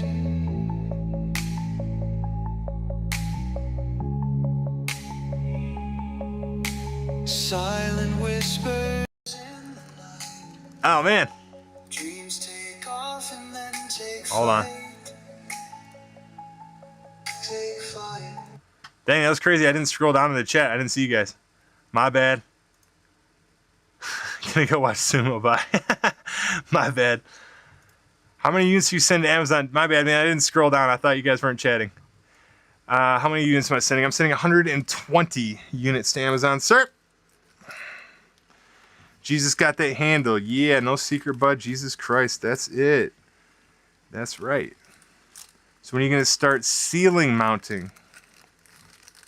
When am I going to start ceiling mounting? You know, matter of fact, I kind of need to start. I need to make a solution for my filaments. So I might need to ceiling mount something. Does anybody know of any ceiling mounted solutions for filament out there? Something. I'm like the rep rack.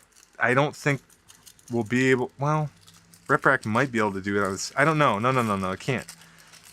So I'm gonna need to have some sort of ceiling cleat or something. I'm not sure. Not sure I'm gonna do that yet. But I'd like to do something like the rep rack system for the ceiling. Would be sweet. But all right, Nick, we'll see you, man. I'm sorry, man.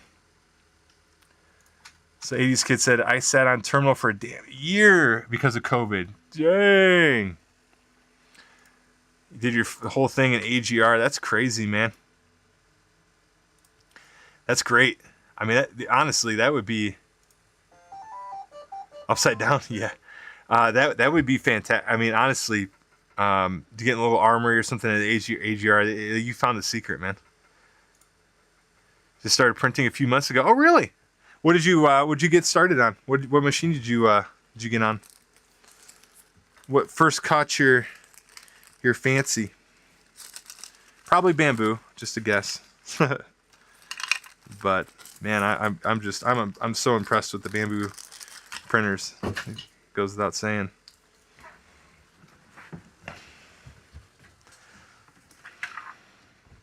Not to say there isn't some nice printers in the world, but gosh darn if bamboo doesn't take the cake.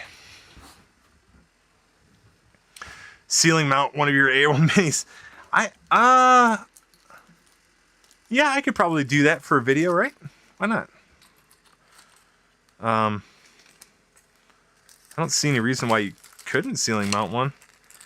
I need to design some sort of other attachment piece. I don't think mine would work. I don't think. No, it would flop off.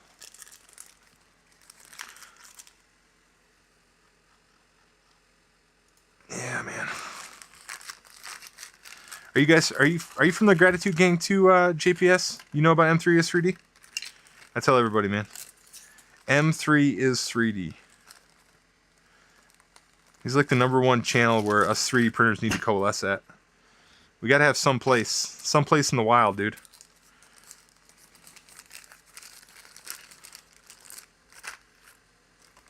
Are you just getting into printing in retirement 80s? Did you just retire, or I'm assuming if you're an 80s kid, I'm assuming you're just retiring or soon to retire or have retired, whatever.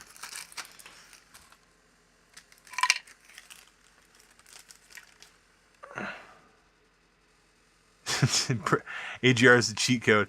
Got started with the K1. Not a bad choice. The first K1 or the new K, or is it the K2 now? Well, I got started. I actually, that was my first Core XY printer, was the K1.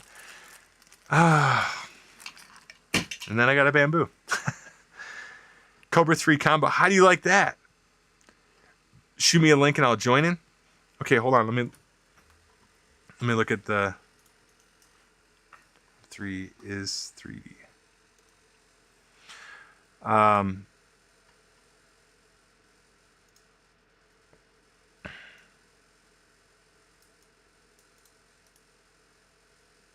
Copy. There's his channel link for M3 is 3D. Retired at the end of 2020. Oh, okay. Yeah. So you've been out for a while. You've been out for a while.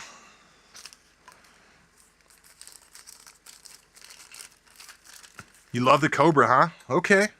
You haven't had a bamboo yet, though. How much is that Cobra 3 combo? What's that go for? Has this got the AMS unit, doesn't it? I think I saw it. Tell me about it. Speak to me. Sell me on it. You might be able to. Although I am pretty loyal to bamboo these days. And after their little shenanigans now, though.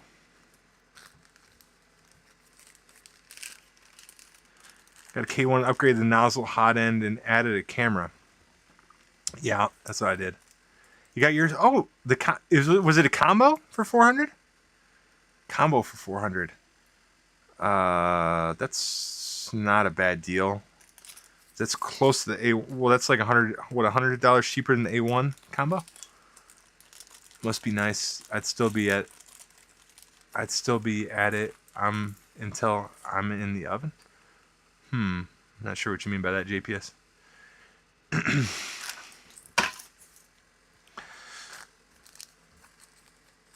I need to have that text to speech so it automatically reads when you guys say something.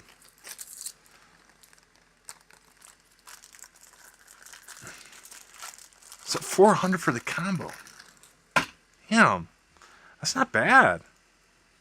Is it Core XY? I don't know. I don't think it is. Was it Cobra 3, right? Cobra 3 combo. Oh, okay. Bed slinger. I love that big screen. That's nice. What's the bed size on the Cobra? Is it 220 or is it 256? It's always above 70. Drivers must have. Oh, that's a good point. That it's a, yeah, I see it's bed slinger. That it's the that it's got the dryer. Yeah. Yeah, well, see here, I don't have to worry about that because in El Paso, where my humidity literally right now is at 19%, and that's probably accurate. I'm still dealing with a common issue with the Prusa XL, but my trusty MK3 is going strong. That Mark III, baby. I'm telling you. I had the Soval. I didn't have a Mark III, but I had the Soval. Whatever the one that was based off that, I had a few of them. Those were really nice printers, actually. 256 on that bed. Okay. Dang. Dang. With a dryer. Damn. Wait, hold on. What's the Cobra 3 going for? Okay. Any cubic. And you don't notice any. I mean, that might be a good deal. Cobra 3. Damn. $3.99. Okay. Shoot. Is it running plastic? Is it run cardboard spools? That's a good question. 4 to 8 because you can daisy chain 2. Okay. Huh. I can mount that baby on the wall. For show. I like that screen too. Does that screen come off? Is that detachable? Like on a little cord?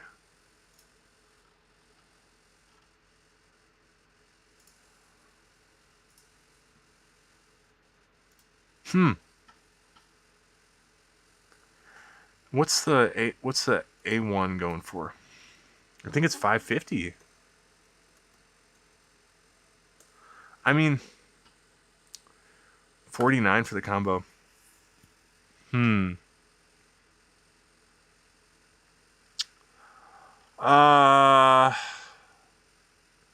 What? Lead time is February 14th. Damn. For an extra $90, would I go with the A1?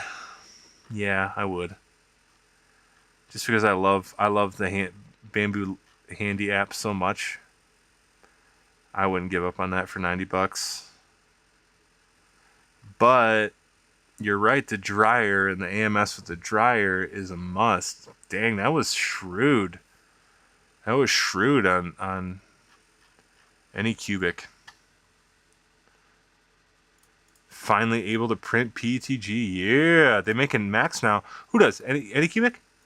Or wait, Cobra 3 Max. I gotta see that. Oh, heck yeah. Oh, a cat house in there.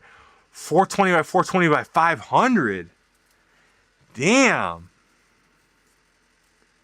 That's pretty good.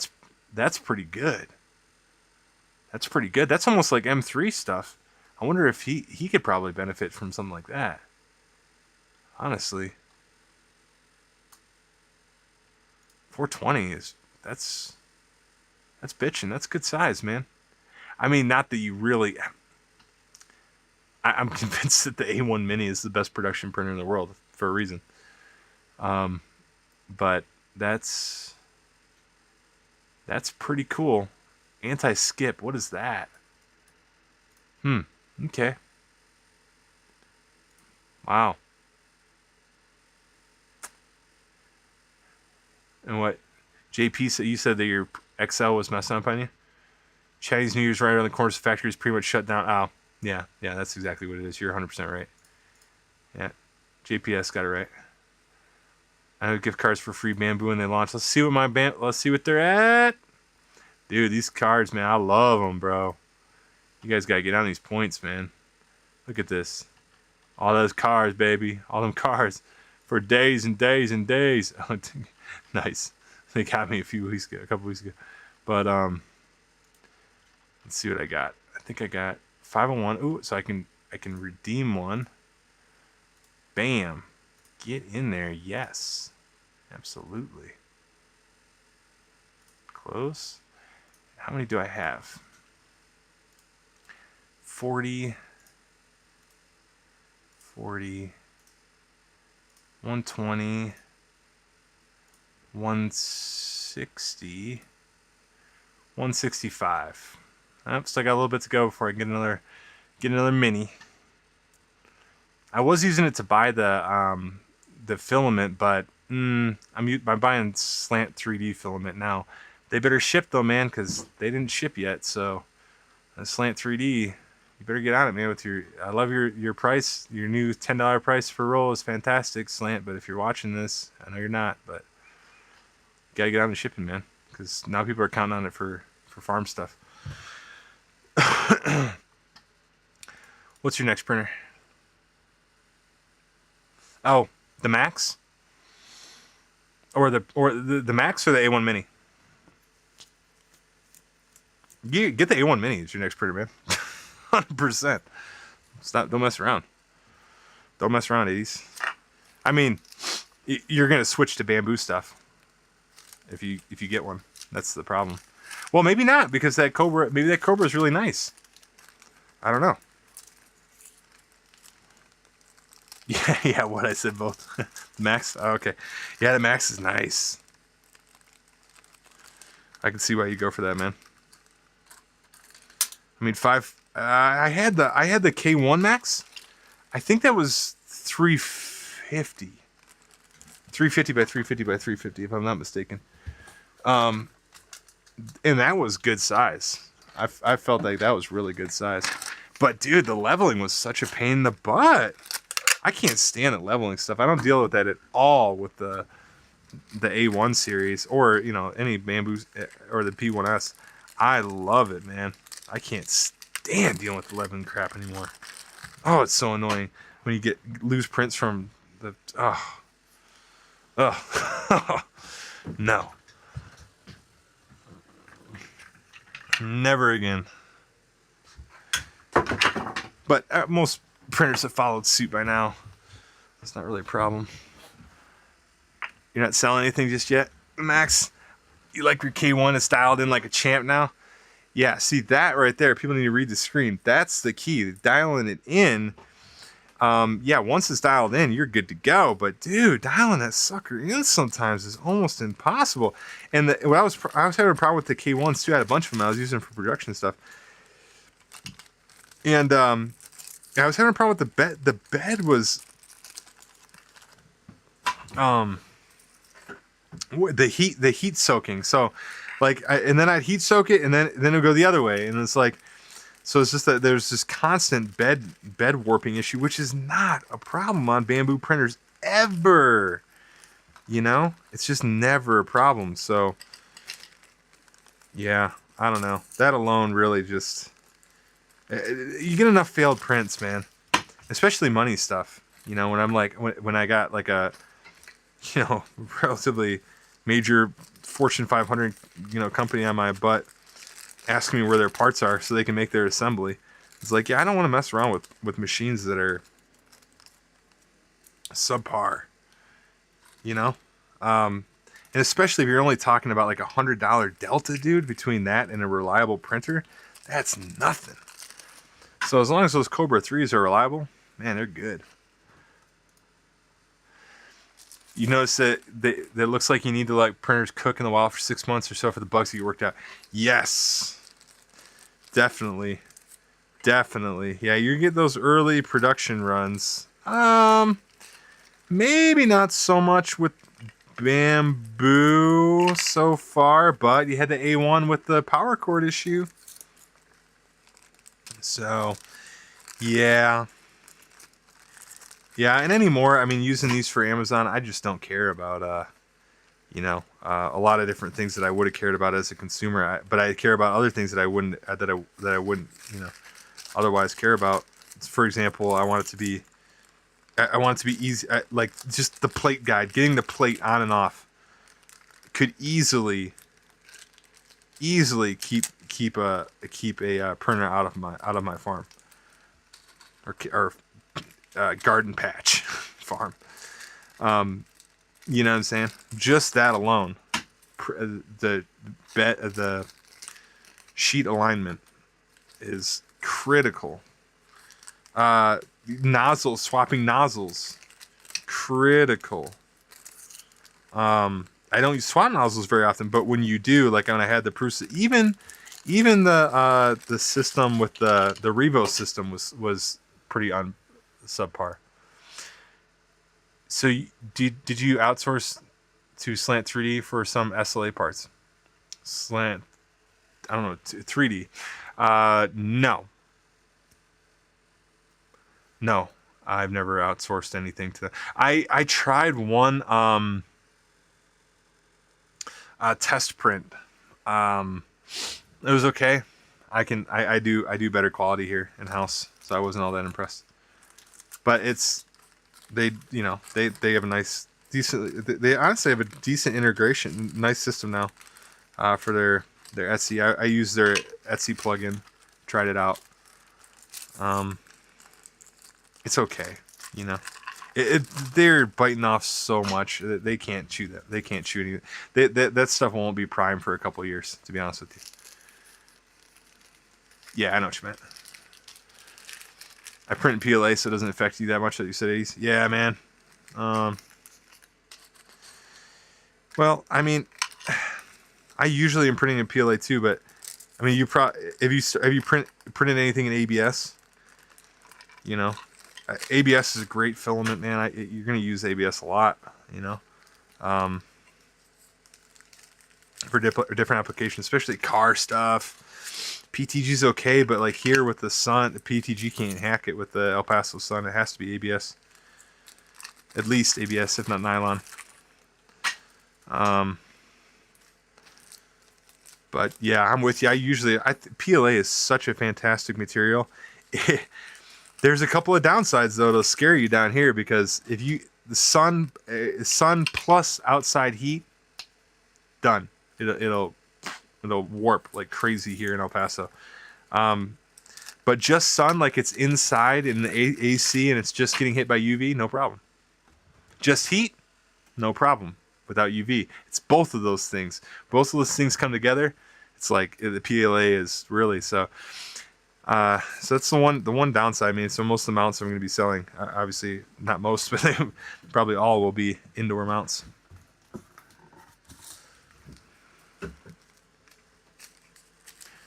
But it's not worth it to switch to PETG, man. PETG's slow, it's stringy. A lot of times you do have some drying issues, even though here it's not really an issue. So UV resistance, yeah. You said not yet, 80s, yeah. But try it out, man. You probably like ASA ABS for sure. It prints really nice. Gotta go with PCCF. Is that new thing that the Polymon? No, what is it? That's the one with the black, the Fiberon, or right? Fiberon or whatever that's called, right? Is that the one? The super strong craft that people are talking about right now. That stuff's pretty sweet. Looks like pretty intense. I mean, everybody throws around, you know, it's a replacement for aluminum, you know. That's like, okay. Yeah, let's not get carried away. Played some PLA CF, but it was really disappointing. Very brittle. Yeah, it is. It sucks. It sucks. The layer lines suck. Same thing right now. I'm dealing with layer line issues with the Bamboo Labs PLA matte. Same thing. It has some sort of additive. The layer lines are subpar. Really subpar.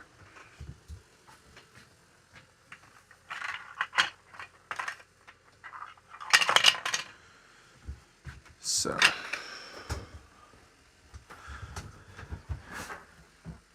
And I think, but I've used Slant's PLA before. The stuff that I got coming, I do like it. It's good stuff for sure. I think it would be. They don't say it's high strength or plus or whatever, but I think it would be considered plus. Polycarbonate, carbon fiber, super tough and high temp.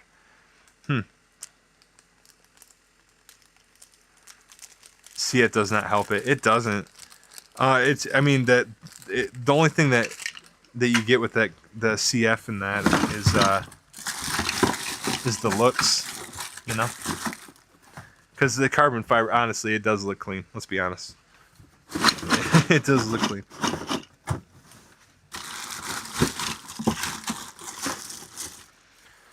Oh, I'm running out of room here. That should be okay.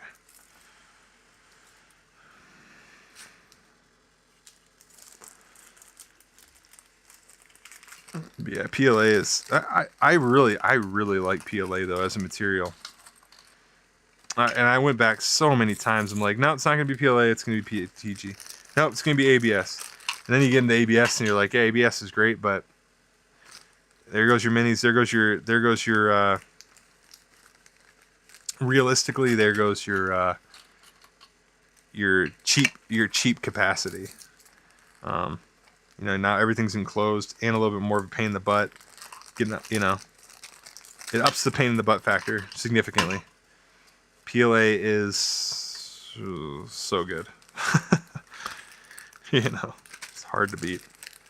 Cheap, relatively cheap. Actually, PLA is the only one that's I believe not commoditized. It's pretty expensive.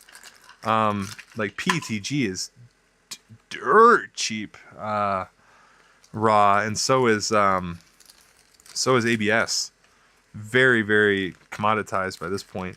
Materials, very plentiful.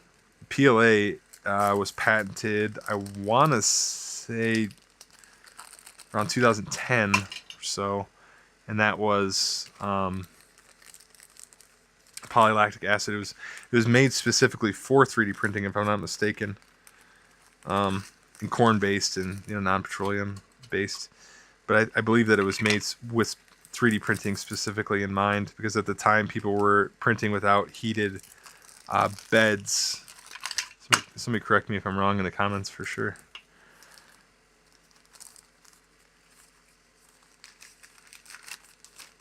Yeah, it was probably for a long time there rarer to have a printer with a heated bed than not. Pretty crazy to think about. People print on glass.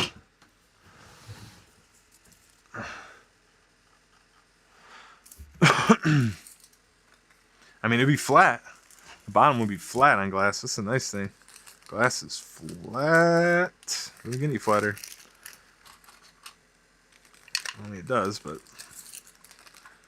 I'm not paying for it.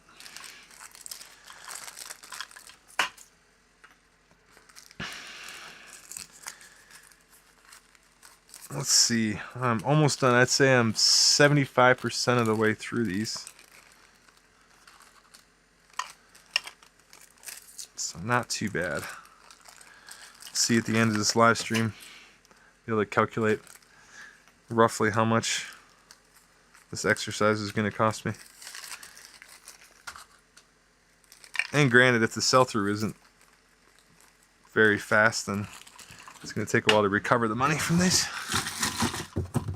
But all the filament was bought with points on Bamboo Lab, from Bamboo Lab, so it's technically, other than processing fees and shipping costs, free inventory that I'm shipping them, which is kind of cool.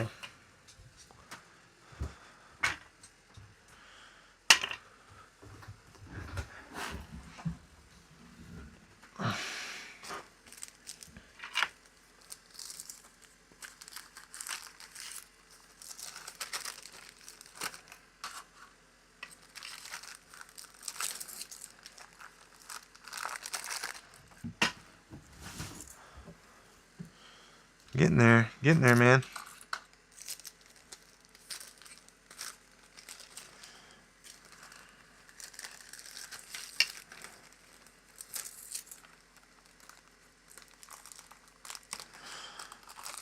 I'm doing the whole thing live, though. I mess around.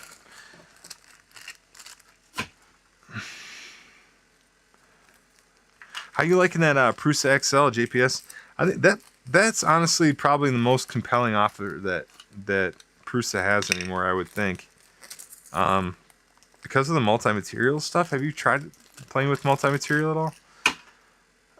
It seems pretty cool. I mean, I don't have any like applications that are so pressing that, you know, needs to have the machine. I need to have the machine, but I can see doing like a grip where you got, you know, part TPU or part PP and part PLA. That'd be pretty sweet, man, for sure. Just as a general rule, you know, to have that capacity and not taking and not having the poop, the filament waste. That's less of an issue for me, but at the time it's pretty significant when you're switching so many filament swaps. I don't do very much multicolor printing. That's what I'm saying. Although I do, you know, I print the figurines and cute stuff for the wife and whatever else, the honeydews.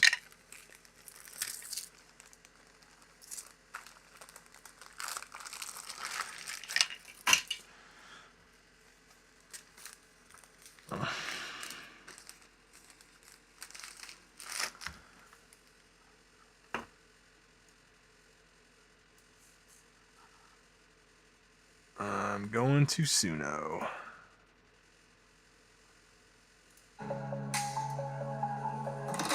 Screens alive with colors bright.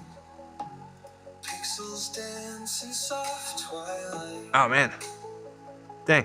Hold on. I don't know why, but you know, for some reason, like when I can't, I don't see the question. Like they'll stop scrolling down, and then that's why I think you guys aren't talking to me. That's funny.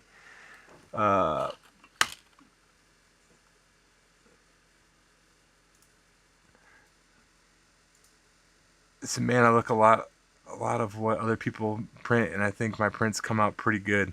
Like M3, yeah, has a huge layer lines a lot. Yeah, he does. Well, he has those old Chungus machines, man. The dinos. But I mean, he's printing thick lines too. He's meaning to do that, I'm pretty sure. Yeah. It is crazy. You wouldn't recommend the XL at all. Interesting. Why wouldn't you recommend the XL? What's got you not recommending it? major design flaw, which I reported last July, and they are giving people the runaround. What's the design flaw? Give me the juice, man. Give me the straight. Tell me what's up.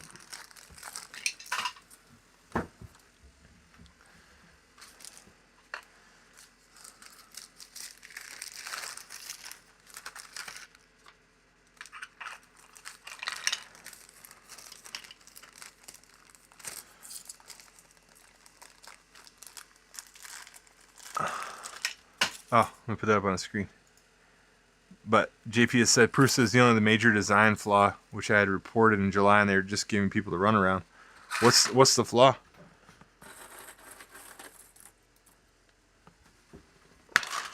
I'm gonna guess before you say anything. I'd say maybe the filament feed system. Seems kind of janky.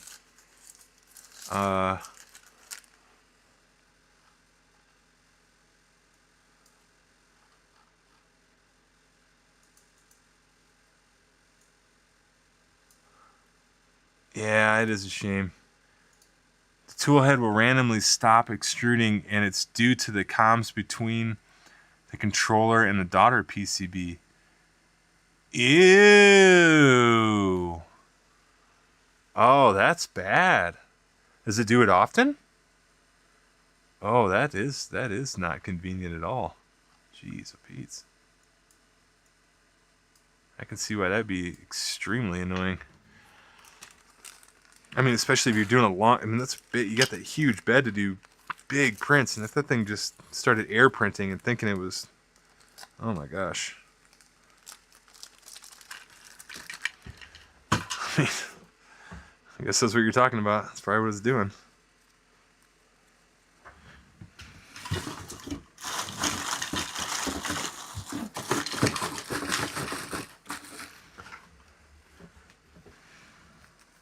Is that where you're running into? Like this thing just starts air printing like all of a sudden, or what?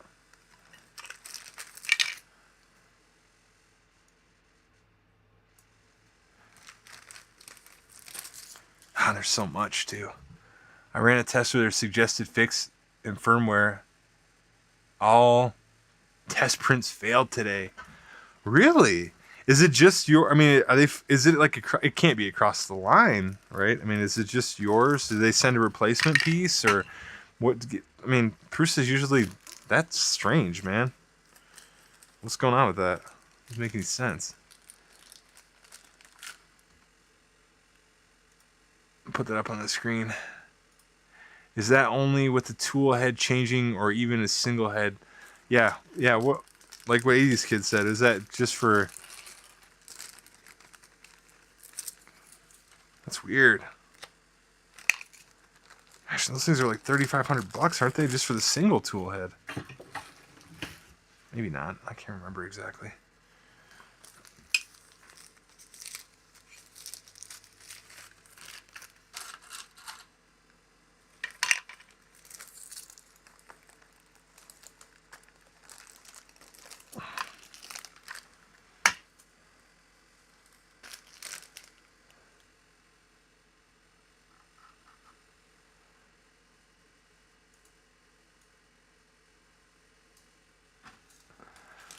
By the time you get the printer in the US, pay customs is actually around 4K. Darn! Oh, wow. Damn. Yeah, I'd be livid too, man. Honestly. I mean, that's a awfully big paperweight, man. That thing's got to be a total performer to pay that kind of money. I mean, that well, let's see. I got 5, 4. There's 2,000. That is. Oh, geez, I don't know. That's twice as much as what I have in the 6 bamboo printers that I have. Is that right? Yeah, I think so. I can have 12. I can have 12 bamboo printers, or I can have one screwed up Prusa XL. Take your pick. Not much of a choice.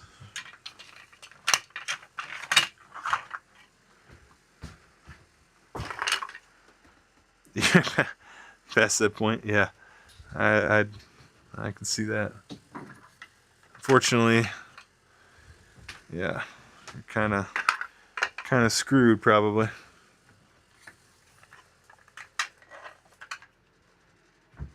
Dang, that sucks, man.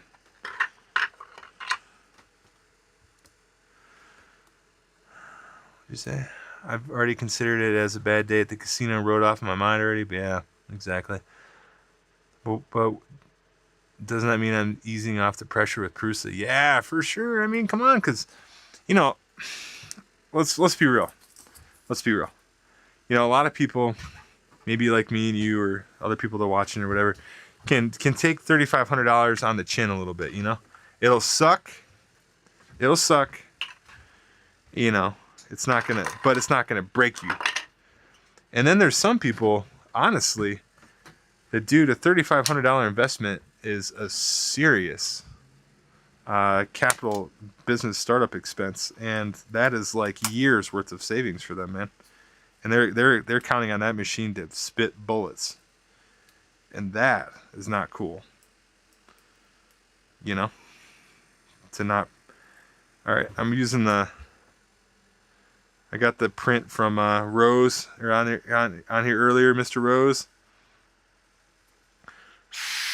I gotta find a can to put that on, but very cool, man. Cool design, Mr. Rose.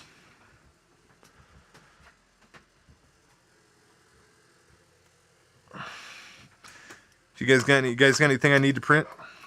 Any designs that are cool? You say 80s?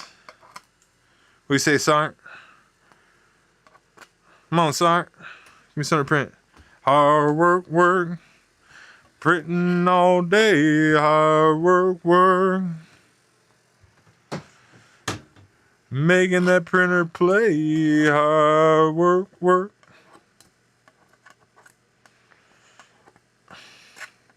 Man, I miss the cadences, dude. That's the one thing I miss. There was this one, I remember in going back through like AIT or whatever, I remember coming up with the cadence. It was like, how'd it go? It was like, I can't wait to see the dead look in their face. Like death had come from outer space. Now who's gonna do this? Da-na-na-na. That was so good, man. I remember those cadences being a lot of fun. What's your favorite cadence? 80s? You're a Mr. 80s. No more sorry for you. Oh, I'll be honest, after all the research I did, they seem very overrated now. Yeah. Started to build printers in the U.S. I think that they did build or buy some stuff. Hate to say it, doesn't matter where they build them. I have zero confidence in the brand. Well, Josef Prusa, man, you gotta check out what your custies are saying. I'll tell you, I have a lot of respect for Joe Prusa, man. I really do.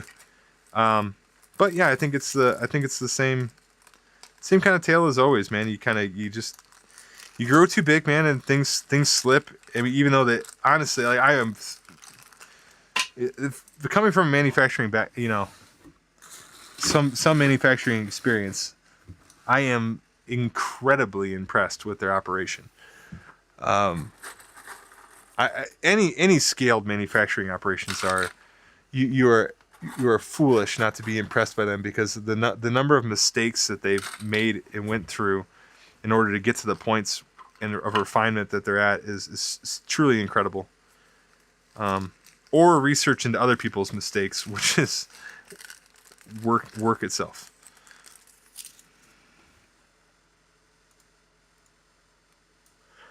Moved on to resin printing and waiting for the next bamboo. I've never resin printed. Is it a lot of fun? Be honest. Do you like it? I feel like Creality is really pushing the bar now. The K2 is a beast.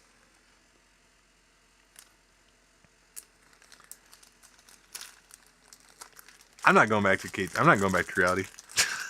That piece of shit.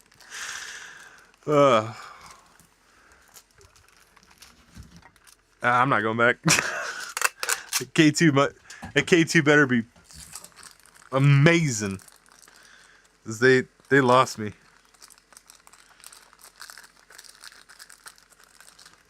But the K2 Max is pretty. Oh, man, it is pretty sweet though. I gotta admit, the Creality might get me back in the door at some point. But the K2s, I never bought the. What's the Creality, the bed slinger called? Help me out. I forgot that. The really popular bed slinger, but never got into it. So I went right to Zortrax, and that Zortrax, man, in 2015. That was top of the line, sir. That was top heat, baby, top heat.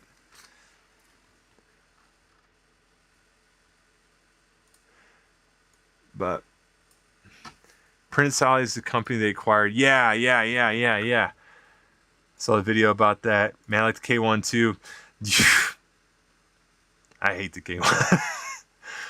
resin workflow is very different, but the result is truly amazing. Why do you say it's amazing, man? Give me like what blows you away about resin? Is it just the quality? Is it the feel? Is it density? What is it? What blows you away about resin? Is it the finished product feel of it? What's so different? Ender. Yeah. Ender 3. That's right. Ender 3. Dude, I wonder how many Ender 3s have been unleashed on the world. Can you imagine?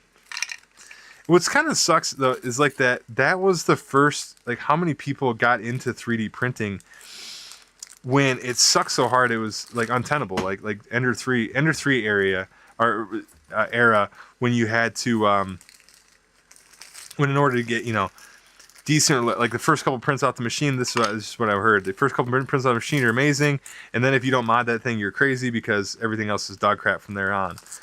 So, that was how printing started. Unfortunately, it started off as rather raw, So I think that kind of threw a lot of people off, and maybe some people are getting back into it now. Well, not maybe. People are getting back into it now with bamboo stuff and these new generations of machines. But I think that really probably cooled the market off for a long time with what Enders did. The bar for entry was high. Yep, it was, man. You're right. 100%. It really was. And quality too, Like, what would you need before well, you had the MK3, and that was pretty much the only quality machine kicking for me. Prusa really, they owned it for a long time. So I'm surprised they let their lead slip so hard. Well, I guess I'm really not. They determined to stay with I don't know, they just made some weird decisions. But, I don't know that what other decisions could you have made as Prusa? I don't know. I honestly don't know. Like, what could have been different, I'm not sure, man. I think it's just the way it goes. They had a banger product. They can't abandon that form factor for a long time. The Mark 1, 2, 3, 4 form factor. Once washed and cured, let's see. So this is about the resin printing. Once washed and cured, it's pretty much a production. Okay, so like a production feeling piece, I'm assuming. The dimensions are super accurate. This past Christmas, I printed quite a few gifts. The recipients didn't realize it was printed. Damn. Okay. Yeah, see? Whew. That's pretty that's pretty good. That's cool. Yeah, maybe I should get a resin printer. What do you think, man? What's the GPS? I've never done it before. I don't know anything about resin, dude. Nothing. If I'm a newbie and I want to get into it and I don't want to do it all the time, every once in a while, baby, don't make me lose my ass. Point me towards something. JPS, you're a salesman right now. But cheap to print but isn't cheap to print in resin.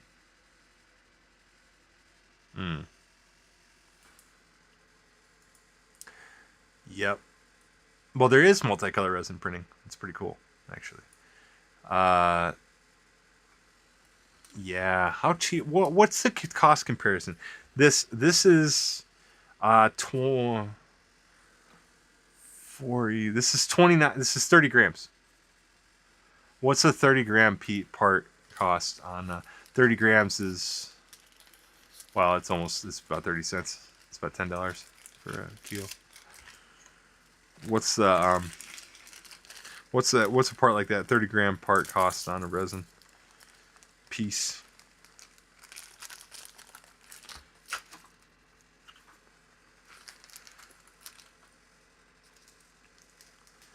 The resin is pretty sweet, man. I mean, not be able to tell too. I mean, that's saying something. Multicolor resin, yeah, cheap resins, $35 a K, huh? And they're solid too, right? So like this part that's 30 grams would be much more in resin, wouldn't it be? Because it would be solid, wouldn't it? So, so if it would be like 70 grams, so it'd be, yeah, like $5, $6, $7. Damn.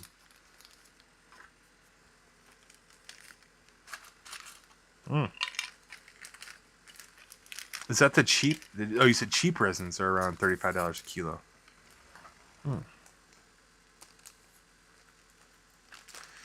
Yeah, that's a consideration. It's definitely a consideration. 105. Okay.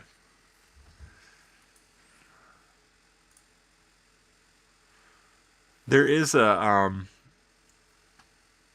there's a really cool one. I'd have to, let me get through this stuff. I'm almost done.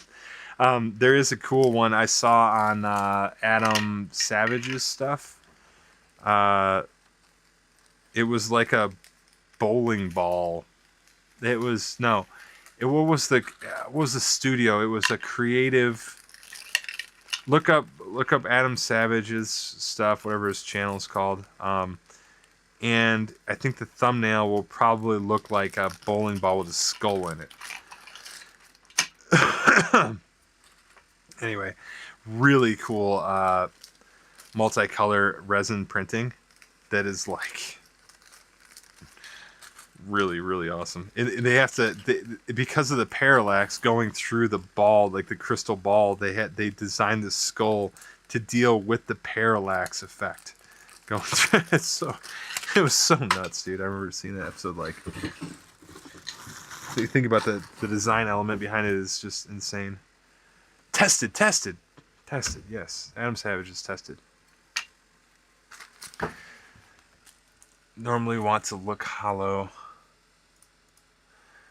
Yeah, do you by chance know that episode, JP? I'm talking about? It was really, really crazy. I want to say it might have been 3D Printing Nerd. I'm pretty sure it was tested because I think, well, no, okay. I don't know if it's the same one. I'm pretty sure it is, but like this was a game. This was like a game, or not game, prop development kind of, and oh, what's it called? Like a pre-production stuff, models for like Disney World and stuff. It was really interesting, man. Fantastic episode. They were talking. They showed the 3D print they were using. It was like $1 million machine. It was insane. But I mean, you'd think all the work would be done for you at that level, but it's like, no, man. They have charts and charts and charts for color accuracy and color matching, and it's like, gosh darn.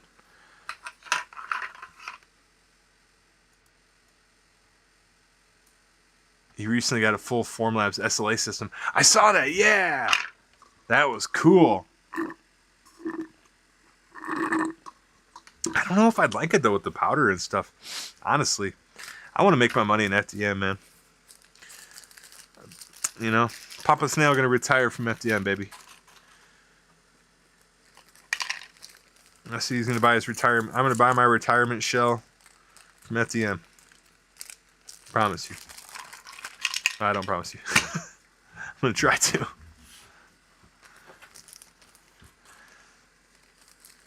I saw the that form, not the SLA. Wait. No, you're thinking of SLM, right? I think you're thinking that he got an SLM printer, not an SLA printer.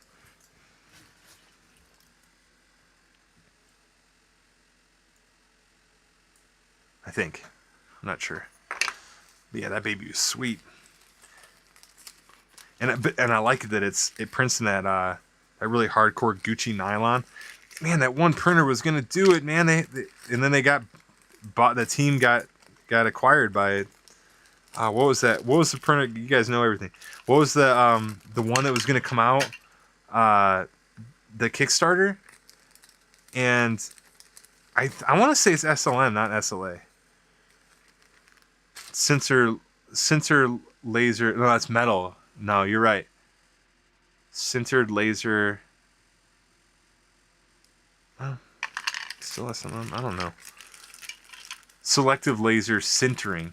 SLS. You're right. SLS. You're exactly right. Okay. What was the machine? I watched a video on Hey Gears. Looks cool. Ooh, I'm gonna check that out. What's the machine that was gonna be? You saw that? Okay. Let me look it up real quick. Cheap SLS machine. It doesn't even come up now. Formlabs just ate it. Was it desktop metal? No. Desktop. No. It was no. Hold on. Here it is. Welcome to 3D print. Micronics, this one. Yeah. Isn't that a bad look when you got the duct tape on the thing that they sent the reviewer? Man, that's something that would happen to me, you know? Those guys seemed like they were I don't want to comment on their team. But that was a bummer. That was a bummer what happened. For sure.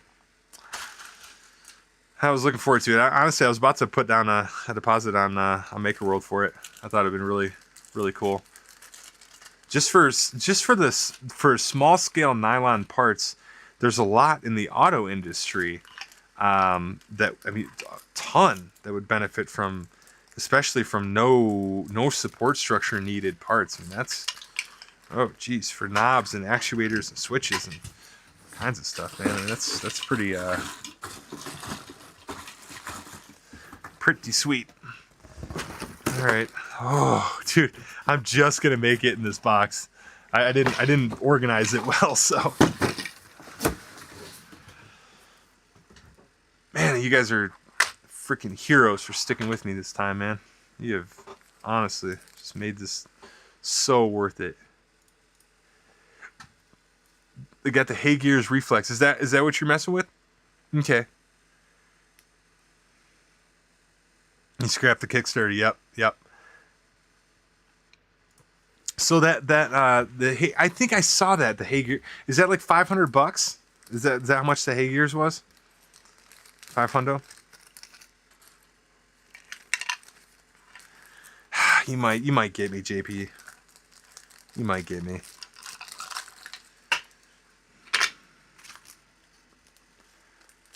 Late in life. Wait, hold on. I have to. What'd you write? I have to wait a few years before I try resin. I got a late in life little bit like it is. I mean, man, we should be able to do it, right? I don't know. I gotta start. I'm only a couple years into the hobby too. Really. Starting to lose steam here, dude. Hold on. Hold on, man. I've got 5. 1, 2, 3, 4, 5. I got 5 left to pack here, guys. You guys stayed with me an entire sesh, man. An entire packing sesh. You should be proud of yourselves. Probably should be patting yourselves on the back right now, as a matter of fact. Yeah. We did it. We this is what 25 is, man. This is a guy in his shed in El Paso, Texas, live streaming to 2 different coasts and people chatting about it. This is real shit. Hard work, work. Am I right, 80s? All damn day, hard work, work. Get no play, hard work, work. All right, here we go. Almost done. 3 more.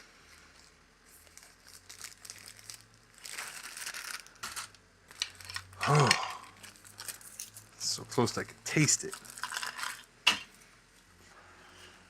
Phew.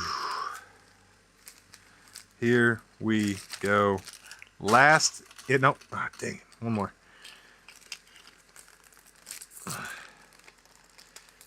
JP, hang with me, baby. This is it. Oh, no. 2 more. See, this is why I got the number of bags exactly, because I would have forgotten one. There was 2 more. All right. Very cool, man. You guys got to get on Amazon, start competing with me. I want to make some millionaires. Snail wants to form some millionaires, baby. I ain't messing around.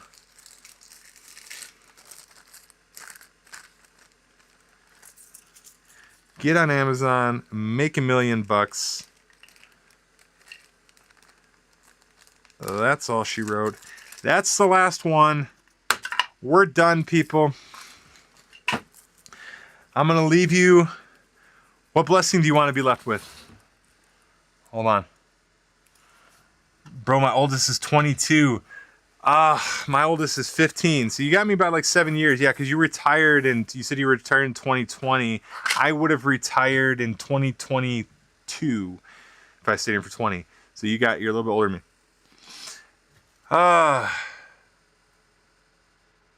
Yeah, I got 20. I got a 15 and a 15-year-old daughter and a 12-year-old daughter. So, all right, I'm gonna leave you. Let's see, with the blessing that Moses gave to Aaron to give to the Israelites. How's that? Is that what you guys want? I think you need it, and this goes for your whole families too. But the Lord bless you and keep you. And may he make his face shine on you and be gracious to you. And may he look upon you with his great favor and give you his great peace. In Jesus' name I pray this for you all. Amen.